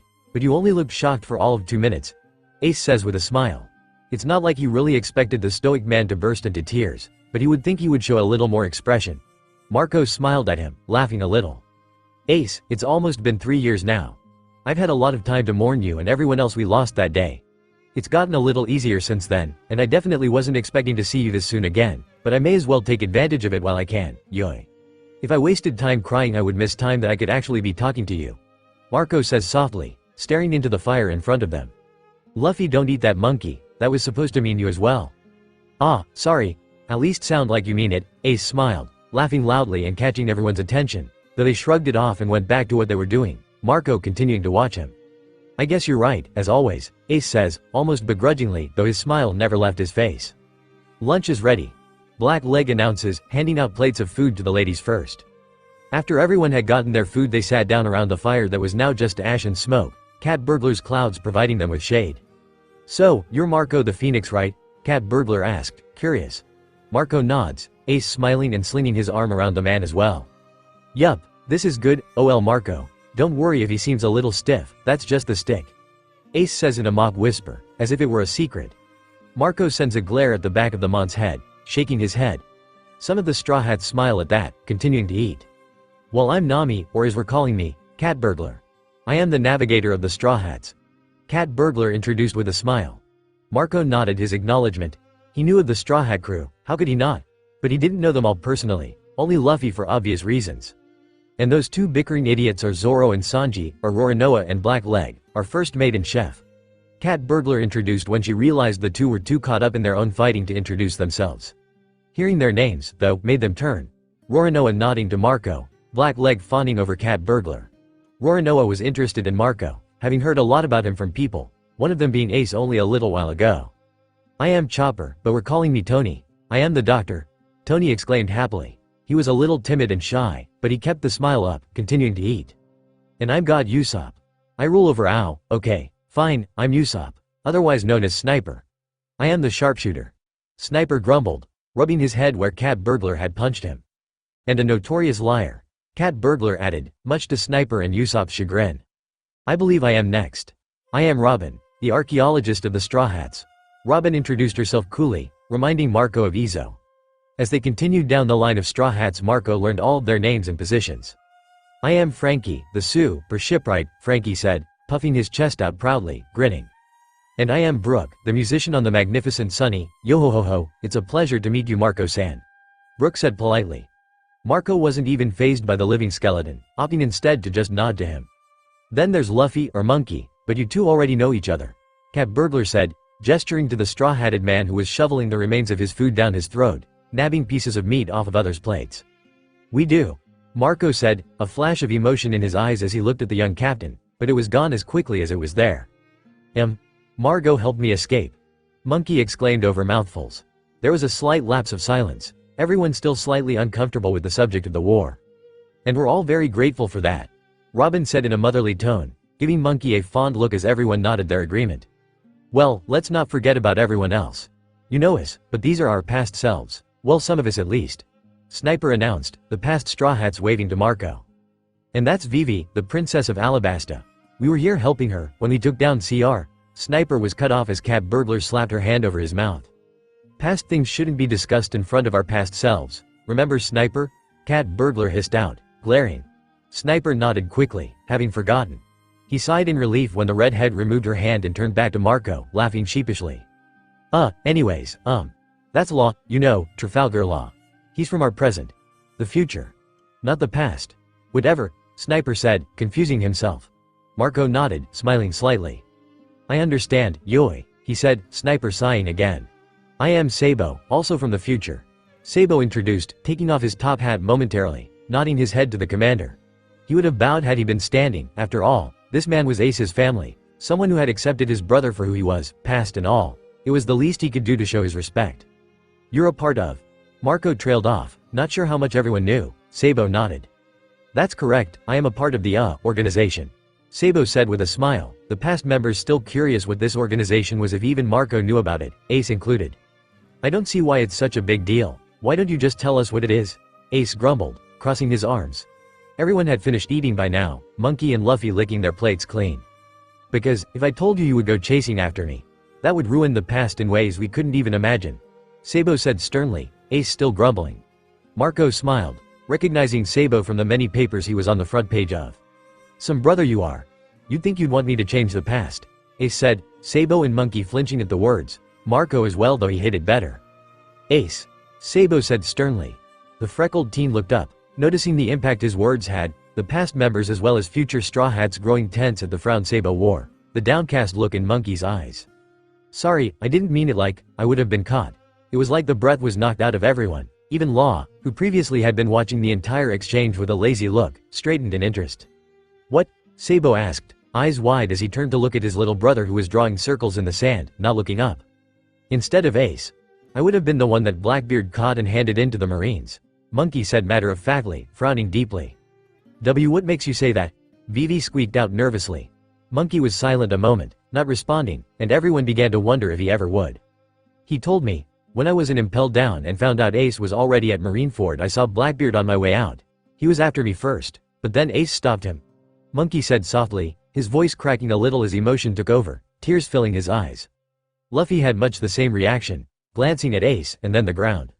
So instead of going after me, he took Ace instead, and that's why Ace was caught, because of me. Monkey said, a sudden anger in his voice that shocked everyone.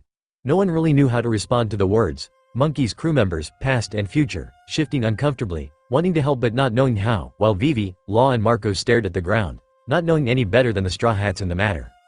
It's not your fault, Lou. Sabo comforted quietly, moving to sit beside his brother, placing a hand on his back.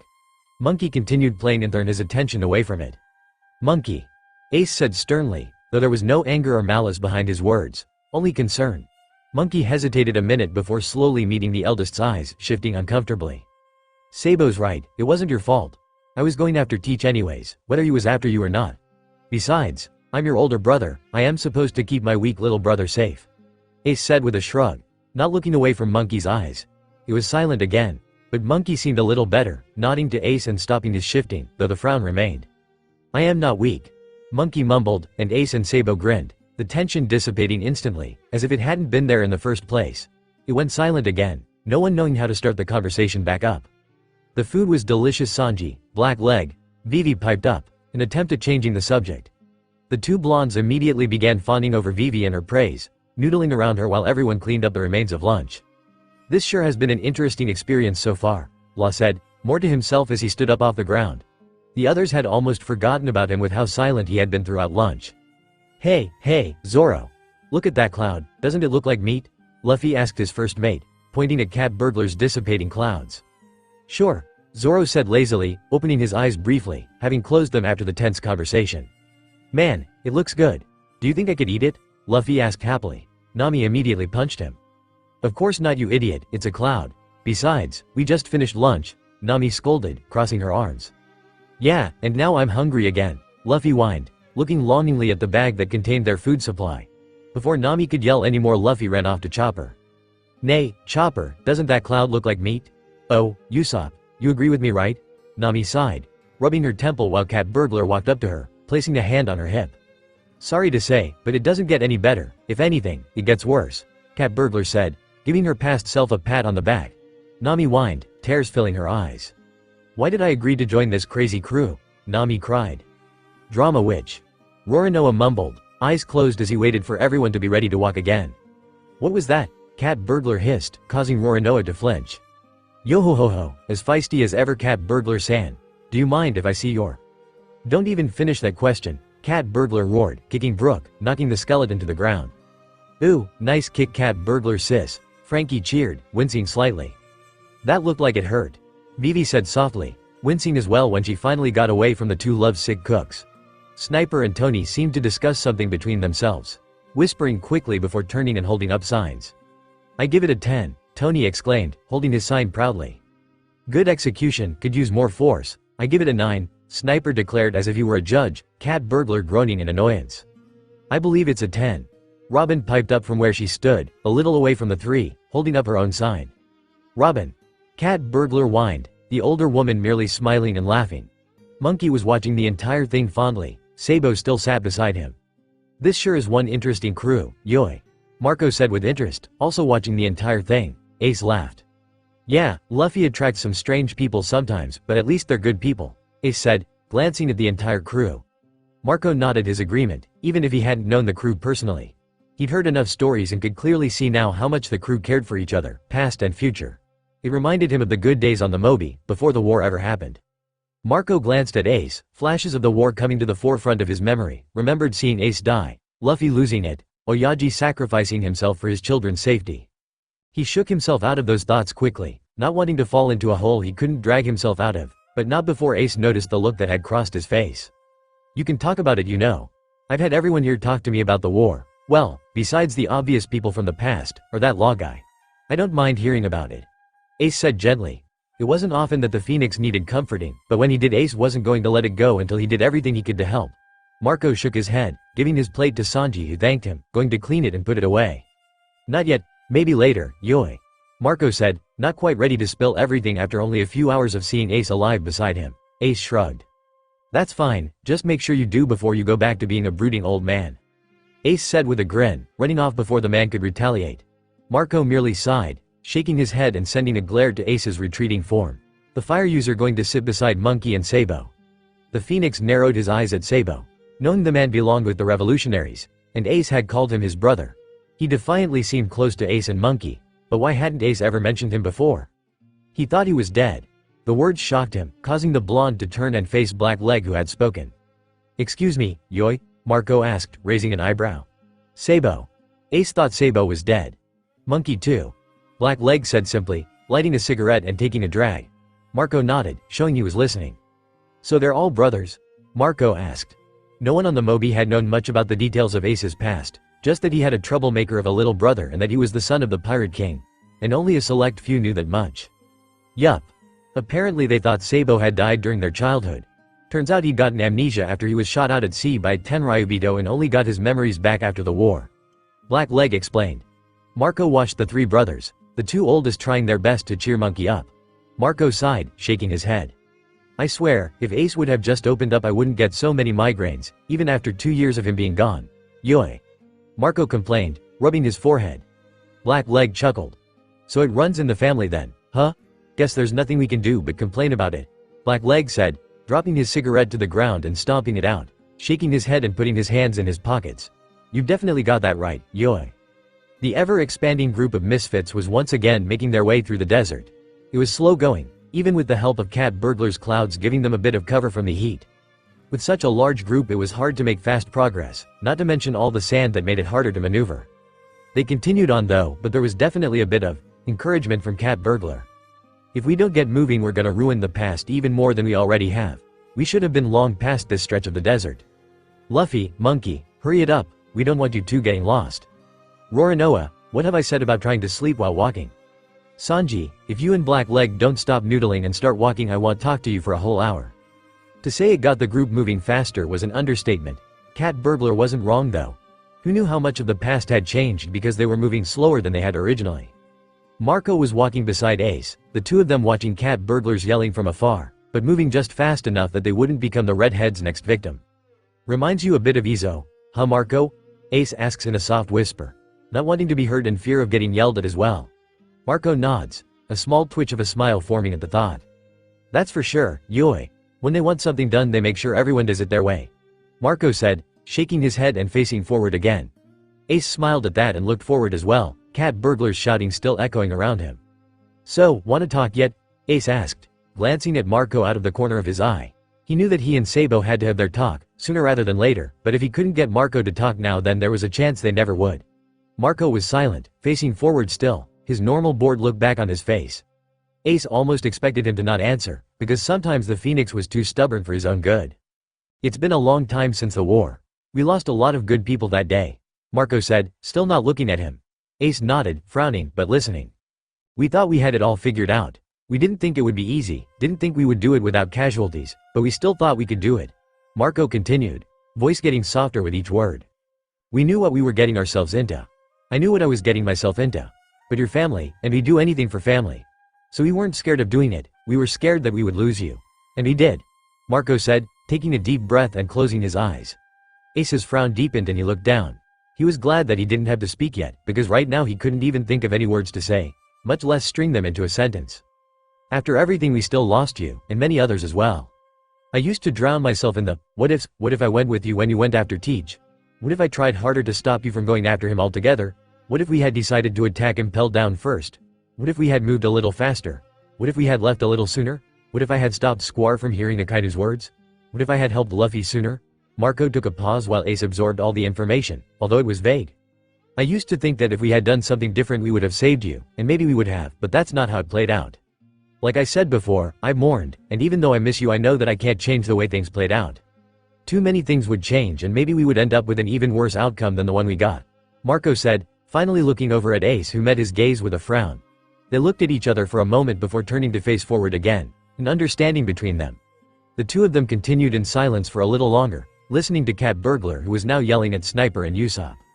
"You know, out of everyone so far you were the one who didn't even need me to say a word," Ace said with a small smile.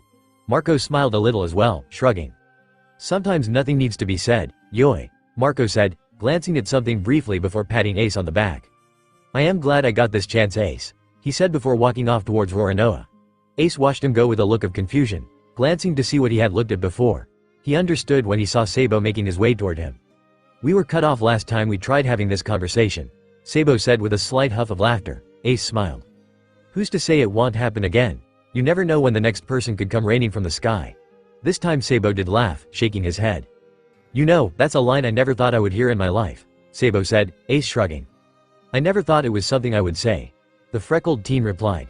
It was quiet between the two while they gathered their thoughts, trying to find out where to begin. I don't really know how to start this whole thing, so I guess I'll just tell you what I'm most guilty about, Sabo said nervously, rubbing the back of his neck. Ace nodded, giving the best encouraging smile he could. That's a good start, Ace said lightly, eliciting another huff of nervous laughter from Sabo. Well, I know what my guilt is. I don't even have to think about it. It's the day I got my memories back. Sabo started, voice immediately going soft, a frown forming as he stared at the sand. Like I mentioned before, when you died it was plastered all over the newspapers, and when I saw the headline I got all of my memories back, remembering you and Luffy. That was both the worst and best day of my life, I guess, Sabo said with a bitter laugh, Ace remaining silent as he allowed Sabo to say everything he wanted to first. I finally remembered my childhood, finally remembered my brothers, but only because one of them was gone and I had nearly lost the other. I feel like it's my fault that I never got my memories sooner. I never tried too hard to get them back, I just went on with my life, leaving behind you and Luffy. I should have tried harder, that way I would have been able to at least try to save you, Sabo said bitterly, holding the tears back as he remembered the day he found out about Ace's death. Ace sighed, bumping shoulders with Sabo. Remember when I said you always thought too much? Ace said, smiling to his blonde brother while Sabo shook his head, scoffing a bit. 'Cause I meant it. You think way too much. There was literally no way you could have known about me and Luffy. You lost your memories of us. And who's to say you would have remembered us anyways? Maybe you never would have remembered us if you hadn't seen that headline. If you think about it that way, then would you rather you remembered me and Luffy after I died, or never remember us at all? Ace asked. Sabo frowned, eyebrows furrowed. Remembered after obviously, he muttered. Ace smiled again. See, so don't worry about it. Luffy and I aren't mad that you weren't there or that you didn't remember us till then. It wasn't your fault. If anything, it was those damn Tenryubitos' fault for making you lose your memories in the first place, or even my fault for never going after you after they took you. So really, you could just put all your blame on me, Ace said with a nonchalant shrug, ignoring Sabo's incredulous look. Like I could ever do that, idiot, Sabo scoffed. Ace's smile returned and he laughed, Sabo joining in soon after. See, so everything's fine. It all happened for a reason, and even though it sucks we can't change it. Besides, there's a reason you haven't done anything to change it now, right? Ace said, Sabo nodding a bit reluctantly. Exactly, because you know that it could change too much, change things that we shouldn't. Stop thinking so much, you're gonna worry yourself to death. Ace teased. Sabo smiled at that, shaking his head once more. You know, you can be an idiot, Ace, but sometimes you can be pretty smart too. Sabo sighed with the eldest again. Ace raised an eyebrow. I don't know if that's a compliment or an insult, but whatever, Ace said, bumping shoulders back. The two laughed for a minute before Sabo nodded, sighing and stretching his arms above his head. I guess that settles that then, huh? Sabo asked, feeling much lighter than he had in a while. Ace nodded his agreement. I guess it does, Ace said, looking around and gaining everyone else's attention. So, how does this work then? He asked, addressing everyone in their group. No one knew how to respond, everyone turning to Robin. Who knows, seeing as this has never happened to one of us before. We have no way of knowing if we'll leave right now or if it'll take another day, assuming we've all dealt with our guilt, Robin said as everyone glanced at each other once more. I think it's safe to say that isn't the issue here, Robin-san, Brooke replied, everyone nodding their agreement. So we just have to wait? Vivi asked skeptically. Robin nodded. There's nothing else we can do. The books never mentioned anything more on this subject. The archaeologist replied with a shrug, much too calm for the crew's liking. She, that's fine. I don't mind waiting, Monkey said carelessly, arms behind his head. Cat Burglar glared at him. Of course you don't, but what if another bad guy shows up, huh? She practically screamed, not liking the fact that any one of their enemies could magically appear at any time. Monkey shrugged. Then I'll fight him, he said casually, only further angering Cat Burglar. We can't just keep fighting, especially not in the past. What if someone else from the past sees us? What if we're here for a year? Cat Burglar continued. Everyone silently agreeing with her but saying nothing. Monkey tilted his head. But there's nothing we can do about it, so why worry? He asked, causing Cat Burglar to groan in frustration. It's useless, I don't know why I even try reasoning with you, Monkey.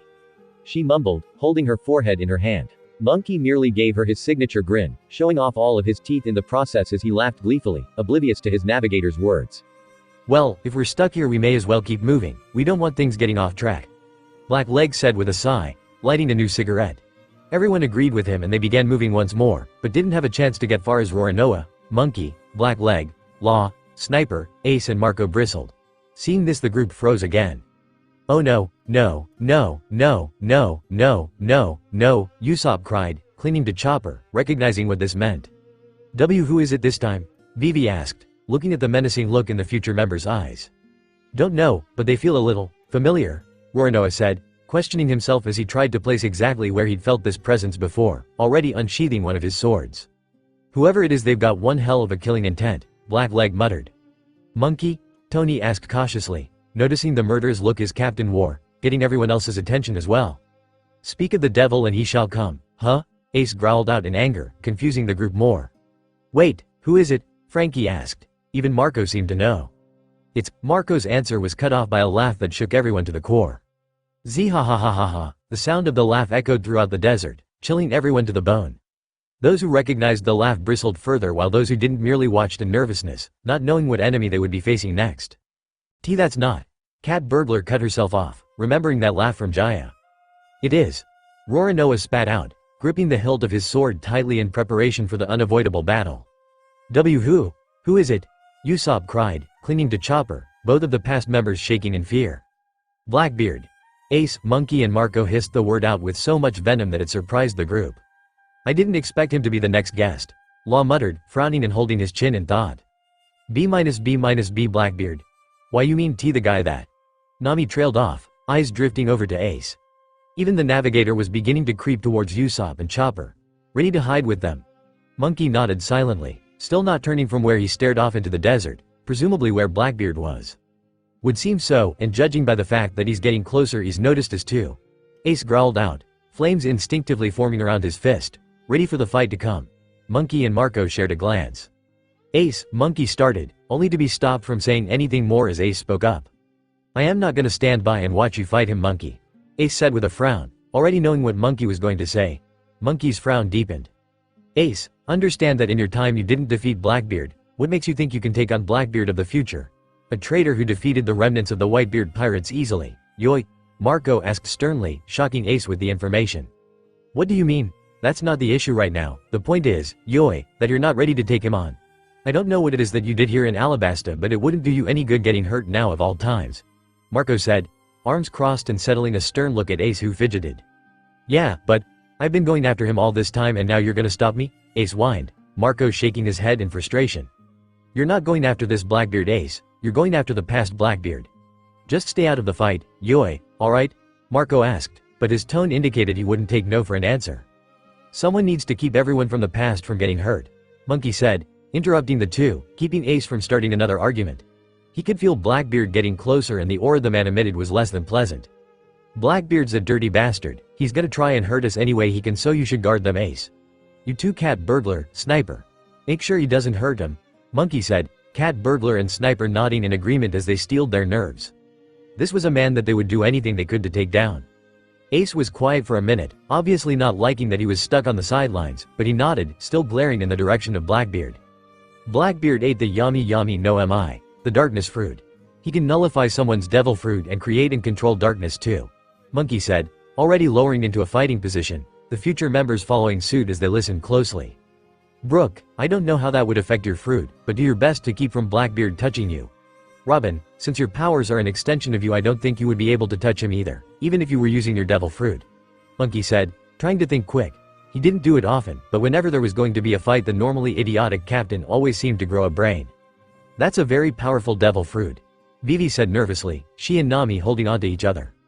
Blackbeard's no joke, Sniper said with a frown on his face as he and Cat Burglar made their way over to the past members, ready to keep Blackbeard from harming them. I want to fight him too, Luffy mumbled, frowning, but not a childish pout, a serious one. I think we'll have to wait in line for that, Captain, Zoro said with his own frown, looking at all the future members of the Straw Hats, all in battle-ready positions. You guys ready? Monkey asked Law, Sabo and Marco. They weren't his crew, he couldn't order them to fight, but if their stances were anything to go by, they would be joining him in this fight as well. I've been wanting to punch this guy in the face for a while now, Sabo said with a devilish grin, his grip on his pipe tightening. I owe this guy a few punches as well, yoi, Marco said, remembering every encounter he's had with this traitor he once called his brother.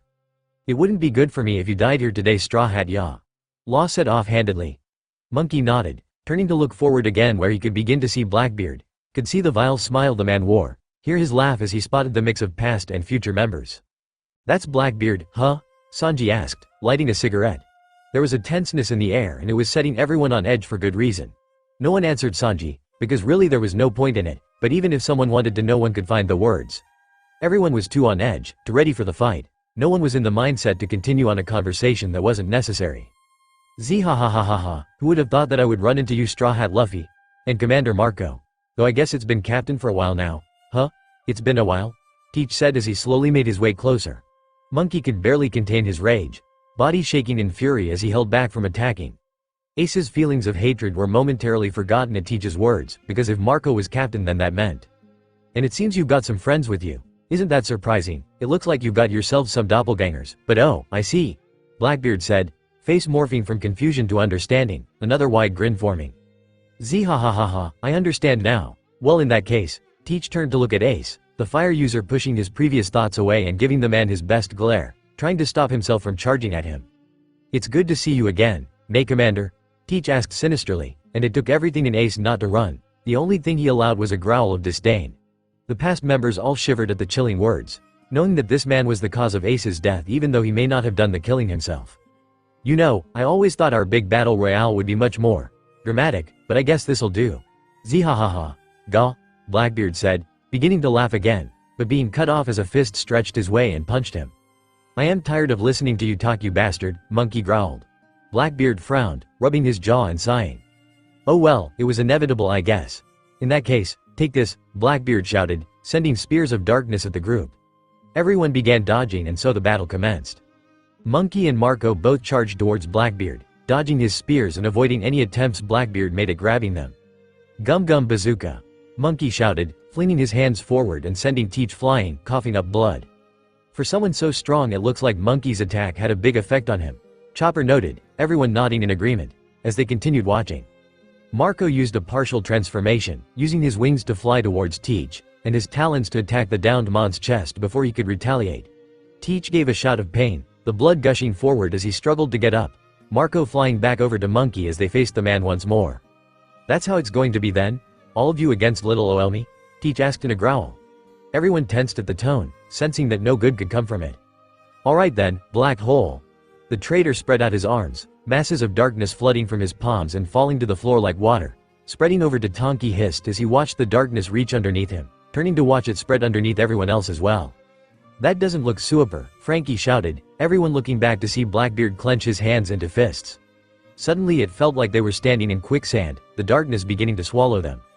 This isn't good, Cat Burglar shouted, turning to see that the past members were sinking quickly as well. I am too young to die, Usopp screamed, he and Chopper crying loudly. Room. In an instant the past members were out of the darkness and over to the side, unaffected once more.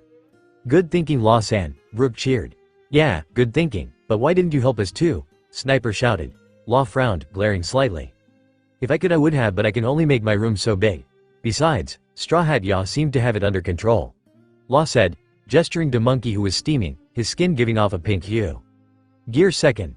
Gum Gum, jet pistol. In a blur Monkey's fist shot out, hitting Blackbeard, causing him to drop the black hole, everyone rising back to the surface again. Oh thank Cammy, Cat Burglar sighed out, holding a hand over her heart. Seems this guy's stronger than he let on, Black Leg said, kicking sand off his shoe.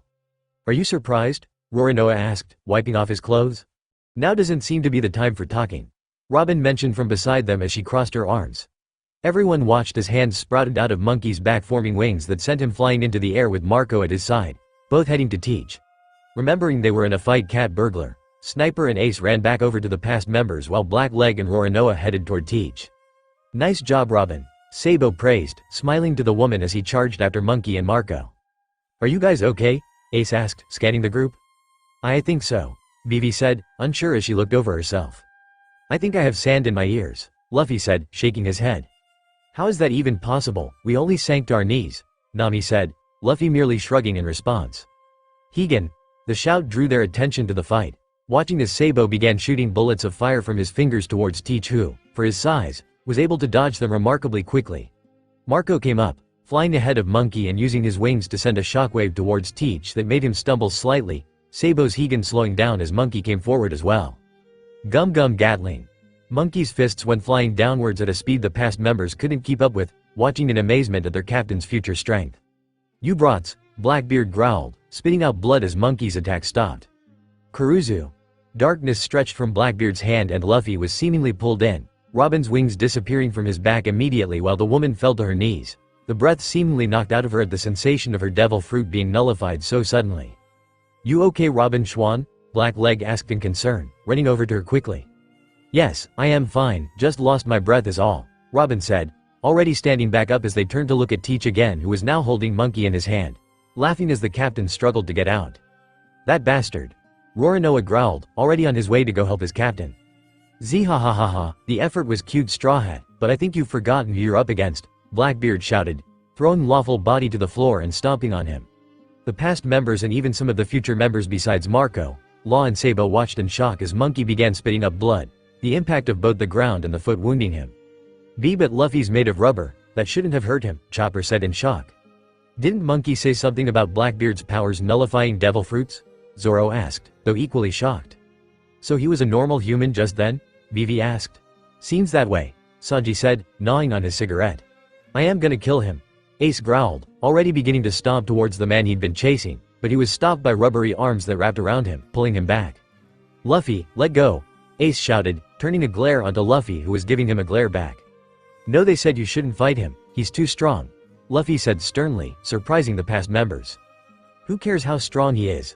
I need to go and, no, Luffy shouted back, cutting off any argument Ace would have made. You're too stubborn, Ace. If you start a fight you're not gonna stop, so I'm not gonna let you start, Luffy said. The two brothers glared at each other in silence for a few seconds before a sigh was heard. He's right, Ace, you shouldn't go fight. Monkey's got this under control, Cat Burglar said, placing a hand on the fire user's shoulder. Yeah, besides, he's got your buddy Marco to back him up, and Sabo and Law too, not to mention his crew. Sniper encouraged, giving the man a smile.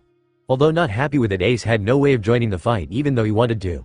He wouldn't fight off Luffy or his crew just to go fight Teach, even if the man deserved a good punch or 20 from him. Onigiri. Back to the fight. Blackbeard's foot was removed from Monkey's chest as he stumbled back, avoiding getting his foot severed from Roronoa's attack. The swordsman's swords had a black sheen over them and his good eye was gleaming as he scowled at Blackbeard. Thanks, Roronoa, Monkey said, getting back up and wiping the blood from his mouth. No problem, Captain. Roronoa responded, swords still raised and ready. Blackbeard growled in rage and used his darkness to wrap around Roronoa's leg, flinging him away before anyone could stop him. You bastard, Monkey shouted, watching as Roronoa flew away from him, saved by Tony who transformed into Heavy Point and caught him before he could be hard. Thanks, Tony, Roronoa said, Tony nodding in acknowledgement and setting the swordsman down. Shitty swordsman, don't take all the fun, Black Leg shouted as he ran forward. Ready for Black Leg. Blackbeard smiled and began to use the same thing he'd used on Roronoa. A tendril of darkness slithering towards Black Leg's foot, but before it could wrap around the chef shot into the sky, hands in his pocket.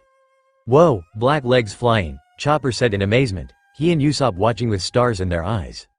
Brook, Black Leg shouted, the skeleton already running towards Blackbeard. On it, Sanji-san, Brook announced, unsheathing his sword, a chill running through the air. He sped past Teach in a blur before the man could even react, slowing to a walk and whistling as he carefully sheathed his sword. Everyone watched in tense silence as Teach cried out in shock, a gash forming alongside the marks from Marco's talons, this one freezing to the touch, ice forming around it as Blackbeard fell to a knee. Nice, now, Black Leg began, kicking his leg in the air until it was on fire. His leg's on fire. Usopp screamed in shock, Sanji watching in amazement as his future counterpart began spinning forward, beginning his descent towards Teach. Concassor, Black Leg shouted, the impact hitting Teach right on the head, the man coughing up even more blood from the hit as Black Leg jumped away. Without giving the man a chance to retaliate, Cat Burglar began spitting thunder clouds from her clean attack. Thunder breed tempo. Cat Burglar shouted, thunder raining from the sky and converging onto Blackbeard, further injuring the man. Midori Boshi, Impact Wolf. Sniper called, sending a pop green flying at Blackbeard as well, the seed quickly sprouting into a giant green wolf. We're not done yet, you slimy bastard, Frankie Radical Beam, Frankie announced, sending his own attack into the fray. Everyone was waiting now, watching to see if the fight would still continue. They were giving it everything they had, but would that be enough? Did I mention before that you brats were really starting to piss me off? Sensing that the battle was far from over, the future members moved back into their battle stances, watching Blackbeard as he stood up, blood still falling from his wounds and mouth. "That's one tough bastard," Zoro muttered from where he and the other past members were watching. The past members merely nodded in agreement, otherwise remaining silent. "I see you're forcing my hand. I didn't want it to come to this," Teach said with almost a sigh of regret. This only set everyone on edge even more as they watched a grin slowly form on the Mon's face, raising his hands and letting spears of darkness begin shooting at the group, everyone dodging to the best of their abilities. "What is this guy? A one-trick pony? Didn't he do this already?" Frankie asked, blasting away some of the spears with a beam while dodging others. "Something's not right. Maybe he's getting ready for a bigger attack," Tony said curiously. "By using an attack that wastes more of his power?" Sniper asked in confusion. "Maybe it's not a matter of needing power, but needing to distract us," Robin offered, watching the man with narrowed eyes, wondering what he was up to. "Blackbeard will use whatever tactics he deems necessary to win, Yoi. Don't put anything past him," Marco said, glaring at the man who was now laughing. "I can't say I know much about Blackbeard, but I do know that he's a much smarter man than he lets on," Law said. "Smart or not, he needs to be stopped before he uses whatever it is he's waiting to use," Sabo said, getting ready to use any attack he could think of, wanting to stop this man before things could get any worse than they were already. Gear 3rd. Monkey's shout was heard as he bit into his thumb, blowing into it and allowing it to grow more than double the size it had been before. "Gum Gum Elephant Gun," Monkey shouted, the giant fist becoming the same shiny black Roronoa's swords had been. Seeing the giant fist heading his way, Blackbeard's lips thinned and he sent his own attack back. Right as Monkey's fist hit Blackbeard, Blackbeard's darkness speared through Monkey's shoulder, the one that had been hurt in his fight with Akainu. When he had used his Gatling attack, he had stretched the wound, causing it to open, but he had ignored it then, and he would ignore the new wound that was irritating him now. "Monkey!" He heard his crew shouting behind him in shock when they saw the darkness spear through him, but he ignored it, stumbling back from the impact of the attack. Both he and Blackbeard were panting, both a good distance away from each other and both covered in their blood. "I think it's time we finally get this party started," Blackbeard growled out, a sinister grin forming as he once again spread his hands out and let the darkness begin flooding the sandy floor, almost like when he had used Black Hole. The darkness didn't creep underneath everyone's feet though, it pooled in front of them, in between the space that was between Blackbeard and the crew. "What's he doing?" Ace growled, eyes narrowed. The darkness began rising from the ground and everyone tensed, preparing for something to happen. They weren't exactly expecting the darkness to take the form of people, or for people made from darkness to be so easily identifiable, from the expressions on their faces to the tears in their clothing. Everyone watched in a mixture of shock and confusion as they saw the darkness take on the forms of 3 people they knew very well. It was strange that even with the fact that these people were made of pitch black darkness, they were still able to see small details, figure out exactly what things were, as if they were in color. They could see that was blood covering 2 of the figures, see that their clothes were torn and caked in dirt and blood, could see that, despite the desert being made of sand, the floor beneath them was made of stone. "Darkest fear," Blackbeard's voice hissed across the desert to the group that was watching with now wide eyes, realizing just what this was. They could see the dripping magma falling from Akainu's fist as he slowly made his way towards a downed Luffy, the straw-hatted boy's attention on a piece of paper that was floating away from him. Off to the side, an easily identifiable Ace was watching with wide eyes, his lips moving in what looked to be a shout but no words came out. What is this?" Cat Burglar asked, growing pale as she began to slowly understand what might be happening here. "It can't be," Monkey mumbled from where he stood, watching the entire thing with wide eyes, shaking uncontrollably as he was met with his worst nightmare, his worst memory. Even though whatever the figures were saying wasn't audible, it didn't need to be. The calm look on Akainu's face as he slowly stalked towards Luffy, fist raising in preparation of the attack he was about to make, the panic on Ace's face as he screamed, running as fast as he could to Luffy. It was almost in slow motion really, the way Akainu's fist slowly fell from the sky and towards Luffy, the straw-hatted boy completely oblivious still as he reached for the paper. Ace ran in front of Luffy, and there was a blast that everyone was sure would be like opening an oven if darkness could make heat. And then Luffy was turning, and he was looking at a fist that was meant for him. His eyes slowly trailed upwards in shock as he took in the scene before him, the scene that depicted in harsh reds and oranges that his brother had shielded him from an attack that surely would have killed him and now would surely kill his brother. Everyone could only watch in shock, paling as they saw what had happened at Marineford happen all over again right in front of them. Monkey was on his knees now, tears falling fast as he saw the moment play out once more, the one that haunted his dreams, the one that he would never be able to get out of his head for as long as he lived. And then the fist was extracted from Ace's body, and the Mara Mara no Mi user was falling into Luffy's arms. The poor boy too shocked to truly understand what was happening. There was talking, that much was obvious by the way Luffy's lips were moving. And there were other dark forms coming into view now, and Akainu was trying to attack again, but Marco was there, and Jinbei, and Ace and Luffy were with a doctor and a large person. One black leg could identify as Ivankov, and they could see Luffy pleading with them. And then the doctor admitted he could do nothing, and Ace was speaking, and Luffy had tears in his eyes as he held his brother close to him, taking in everything the man was saying to him. All too soon though Ace's lips stopped moving, and a smile slowly stretched onto his features, the previous look of pain and sadness and tears gone completely as he smiled and closed his eyes for the last time. They could see Luffy's face slowly morphing as he tried to understand what was happening. Ace's body slowly slipping to the ground in front of him as he realized, understood, his brother was dead.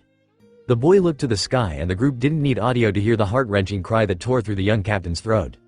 Many had tears in their eyes as they watched the heartbreaking scene. Cat Burglar openly sobbing along with Tony. Sniper shedding tears himself as well as Frankie and Brooke. Black Leg was doing his best but even he had tears in his eyes. Roronoa as well. And Robin was looking to the sandy floor, her hair hiding her eyes. But the wet droplets that hit the dry sand gave way to the fact that even she was shedding tears.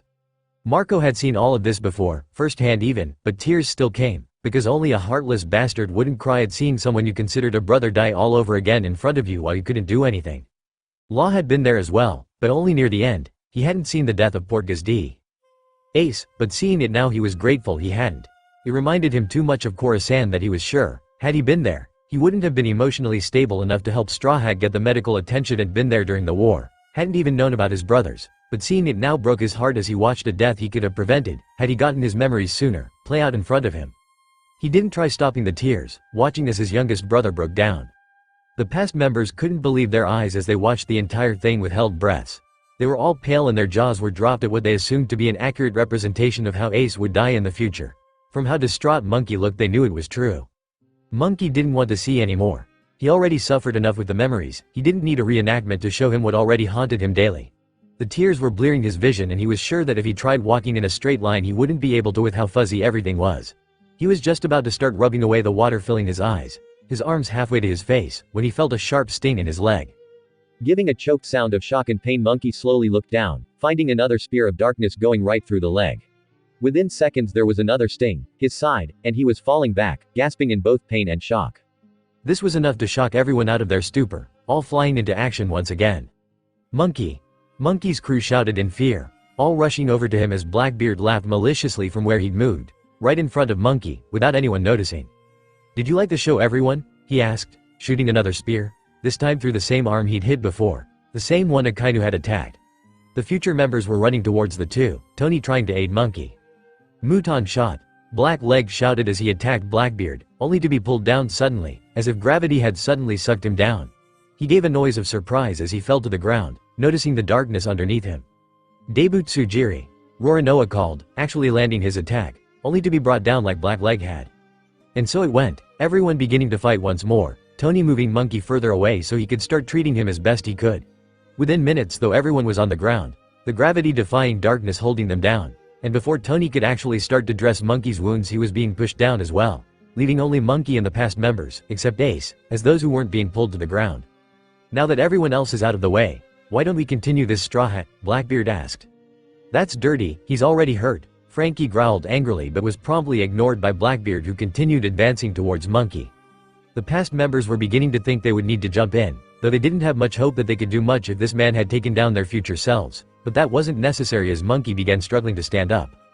Monkey, you're hurt," Vivi said, worry and fear in her voice as they all watched the wounded captain stand, his breathing heavy and blood falling.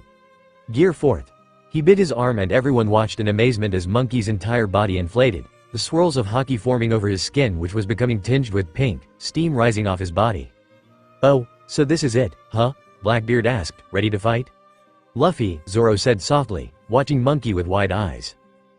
Luffy asked, also watching, though excitement was bubbling in his chest at the prospect of one day becoming that strong. "Our future selves are monsters," Zoro said simply, glancing over to his own future self who had definitely shown off some more advanced techniques than what he currently knew. "Good," Luffy said with his signature laugh after. Zoro cracked a grin at this, looking back to Monkey, interested in how everything would play out. Everyone watched as Luffy bounced in place, unable to stay still, But he wasn't there long because Blackbeard was quick in sending tendrils of blackness right to the straw-hatted boy. They watched as Monkey zipped through the sky, the darkness following his every move and turn until he was too far for even Blackbeard to follow. With a frown, Teach looked into the sky, wondering where Monkey went, before his eyes widened, seeing the giant man suddenly plummeting his way. "Gum gum Kong gun!" Monkey shouted, his arm expanding inward on itself in preparation of the punch. Blackbeard tried blocking the attack, but as Monkey's massive fist came flying down, it broke through any defense the man could have put up, hitting Teach right in the face and sending him into the ground. After the devastating punch, the darkness holding everyone down was lifted and they began standing again, everyone wondering if this was finally the end. And then Blackbeard twitched, his arm moving as he used it to support himself. "He's a monster," Chopper screamed in fear. "Why won't he just stay down?" Usopp added, equally terrified. "That's one resilient bastard," Sanji said with wide eyes, surprised by just how much the man could take. "You damn," anything Teach was going to say was cut off when he suddenly closed his eyes, falling back and beginning to disappear, much like a Kainu had. Everyone watched as the pirate's body slowly faded away, becoming more and more transparent until he was gone, like he had never been there in the first place. And they all sighed in relief. So, he's gone, right?" Usopp asked timidly, scared that Blackbeard would randomly appear out of nowhere and start attacking them again. It wasn't too far-fetched after everything that he had just seen. "I am pretty sure," Sniper said to his past self, eyeing the spot that Blackbeard had just been nervously. "He's gone." Monkey's voice was slightly deeper and rougher when in Gear 4th, and suddenly everyone remembered the heavily injured captain. "Monkey, that was awesome. But get out of that form, it's stretching your wounds open too far," Tony shouted, caught between being amazed at how cool his captain's Gear 4th was and how serious his new patient's injuries were. In seconds, Monkey's body was deflating until he was his normal self again, everyone making their way over to him and crowding around while Tony began getting to work, helping Monkey lay back on a blanket he had placed down first. "He's gonna be okay, right?" Vivi asked timidly, eyeing Monkey's heavily bleeding wounds with worry. Tony's face was stern as he got to work, staunching the wounds as best he could. "I'll be fine, Vivi. After all, Tony's gonna be the best doctor in the whole world. He'll be able to cure anything. All I need is some meat and I'll be fine," Monkey said with his signature grin, laughing. "That's not how it works. You need proper medical attention, not food," Tony scolded, Chopper coming over as well to help. Monkey shrugged, which was hard when Chopper was holding a rag to his heavily bleeding shoulder. "Meat's always worked for me before," Monkey said, Tony and Chopper ignoring him. "So how do you know he's really gone?" Cat Burglar asked, looking back to where they had been fighting just minutes ago. "'Cause that's how Akainu disappeared. He was gonna get up again, didn't, and disappeared. It's a mystery," Monkey said cheerfully, much too cheerfully for everything he'd just gone through. "His presence is gone too," Roronoa added, trying to sense the traitorous pirate with his haki. Blackleg nodded in agreement, having done the same. "Seems the bastard's really gone this time. We'll just have to finish that fight at a later date," the blonde said, taking a puff of his cigarette. "Well, that's good, I guess. That fight was getting a little scary," Nami admitted, still a bit shaken up from it all. She hadn't been attacked, unless you counted the black hole that made her sink a few feet, but just watching her friends, even if they were from the future, get hurt was probably worse than her getting hurt herself. "I still wish I could have fought with you guys," Ace said with a pout. There was a huff and Sabo was slinging an arm around Ace. "Well, if you think about it, you kind of were fighting, after all. I was using your devil fruit," Sabo said, lighting his fingertips aflame. Ace narrowed his eyes at the flames, still pouting, but after a second he sighed, nodding. "I guess that's the best I am getting right now," Ace said, Sabo laughing loudly at that as he patted Ace on the back. "Ack!" Sniper's sudden exclamation of shock had everyone turning their heads in confusion, trying to see whatever it was he was seeing. "What's wrong, Sniper?" Law asked, only getting Sniper's shaky finger pointing to Marco. "Why, you're becoming invisible," he said, everyone looking and seeing that he was right. Marco's entire body was becoming transparent, much like Blackbeard's had. Marco didn't look fazed in the slightest, only sighing and shrugging in response before turning to look at Ace. "Well, I guess this was it then. It was good seeing you again, Ace," Marco said as a means of goodbye, walking up to Ace and giving him a hug. Ace smiled, suppressing the laugh at the commanders. Or wait, hadn't Blackbeard mentioned something about him being captain now? Crap, he never got to ask him about that. "Only you would be this calm when I can literally see right through you," Ace said, smiling and hugging the man back. Marco gave a chuckle, but nothing more could be said as the man finished disappearing, those with haki realizing that he was now gone. "So we're going back now?" Cat Burglar asked, glancing around for anyone else who might be becoming transparent. "It would seem so. Law, I think you're next in that regard," Robin said. "Why do you say that, Robin sis?" Frankie asked, everyone nodding their agreement while Robin merely giggled behind her hand.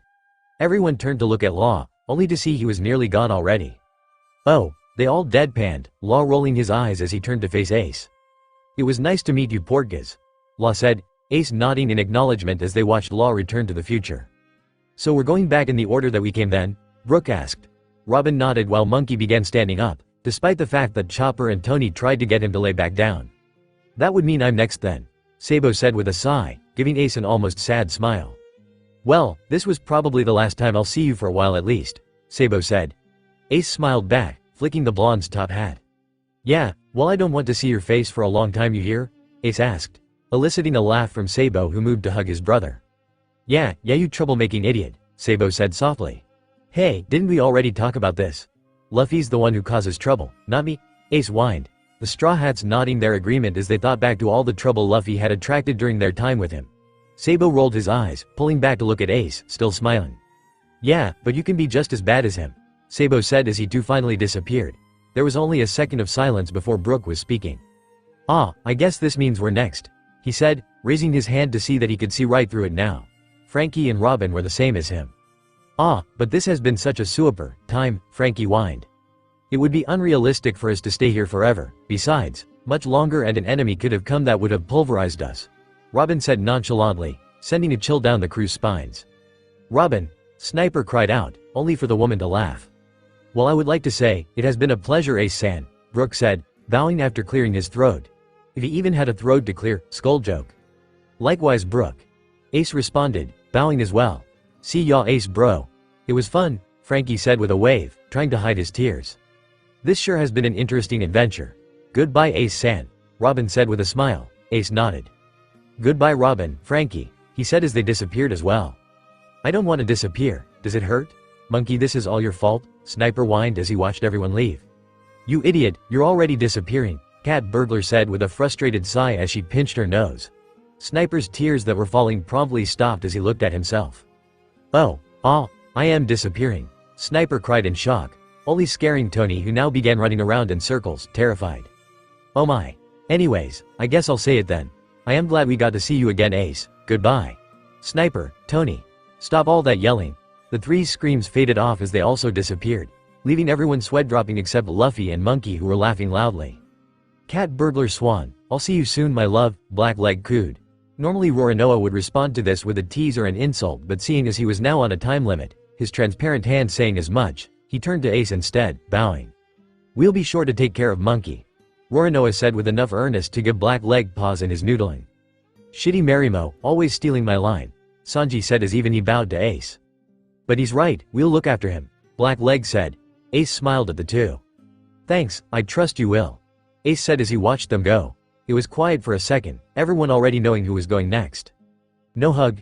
Ace asked with a small smile, turning to look at Monkey, who was staring at the ground, shifting nervously from foot to foot. They could see his lip begin to tremble slightly before Ace's arms.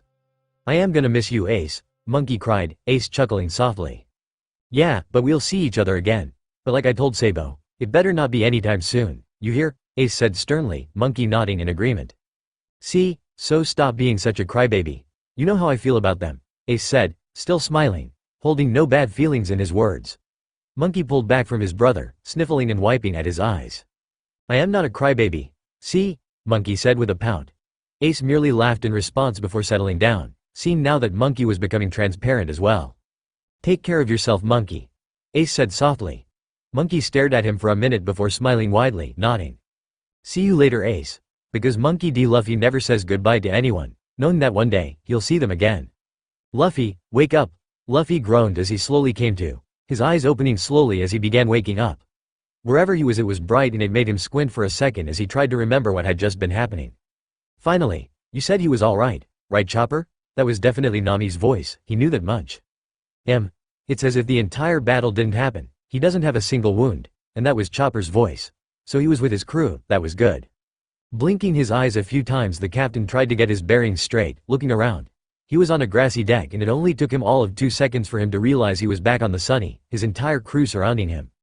Wah? He asked, feeling slightly groggy as he wiped his eyes. Hey there, shitty captain, we're back, Sanji said, lighting a cigarette.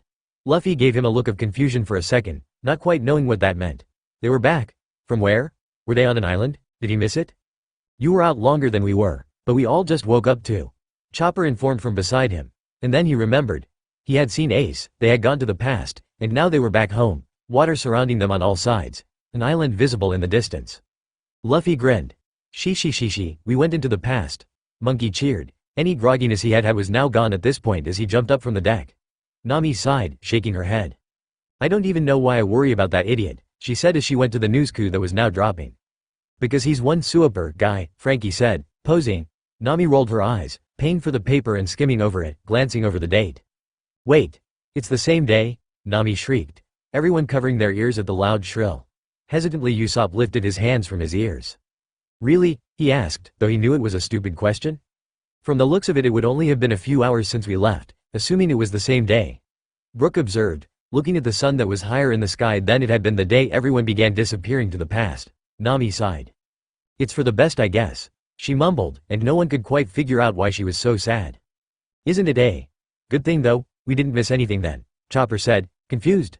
Nami sank down, a gloomy aura surrounding her. Yeah, but that means I paid for 2 newspapers today. Nami whined, Usopp and Chopper falling to the ground in shock.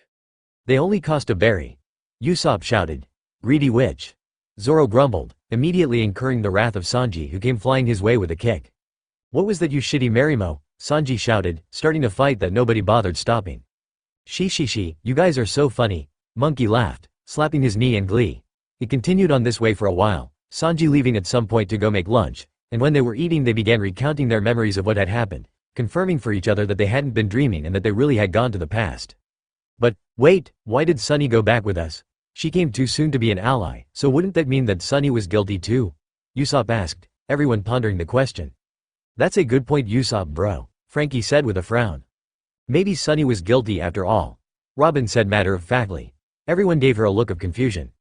What do you mean Robin-san? Brooke asked. Robin shrugged. It's merely a theory, but ships that are treated well are said to gain Klabauterman, correct? Robin asked. Everyone nodded. Yeah, but that's only when a ship is dying, Nami said, still confused. Robin nodded this time. Yes, but that's only when the crew of the ship sees the Klabauterman. Who's to say that there isn't a Klabauterman on the Sunny this very moment? But we just can't see them because Sunny's still perfectly fine? Robin asked, eating as if this was normal conversation. Everyone sat in silence, digesting the information for a while before accepting it as fact. Well, anyways, can we go to the island now? Luffy asked cheerfully after finishing his food. You still want to go? Chopper asked incredulously.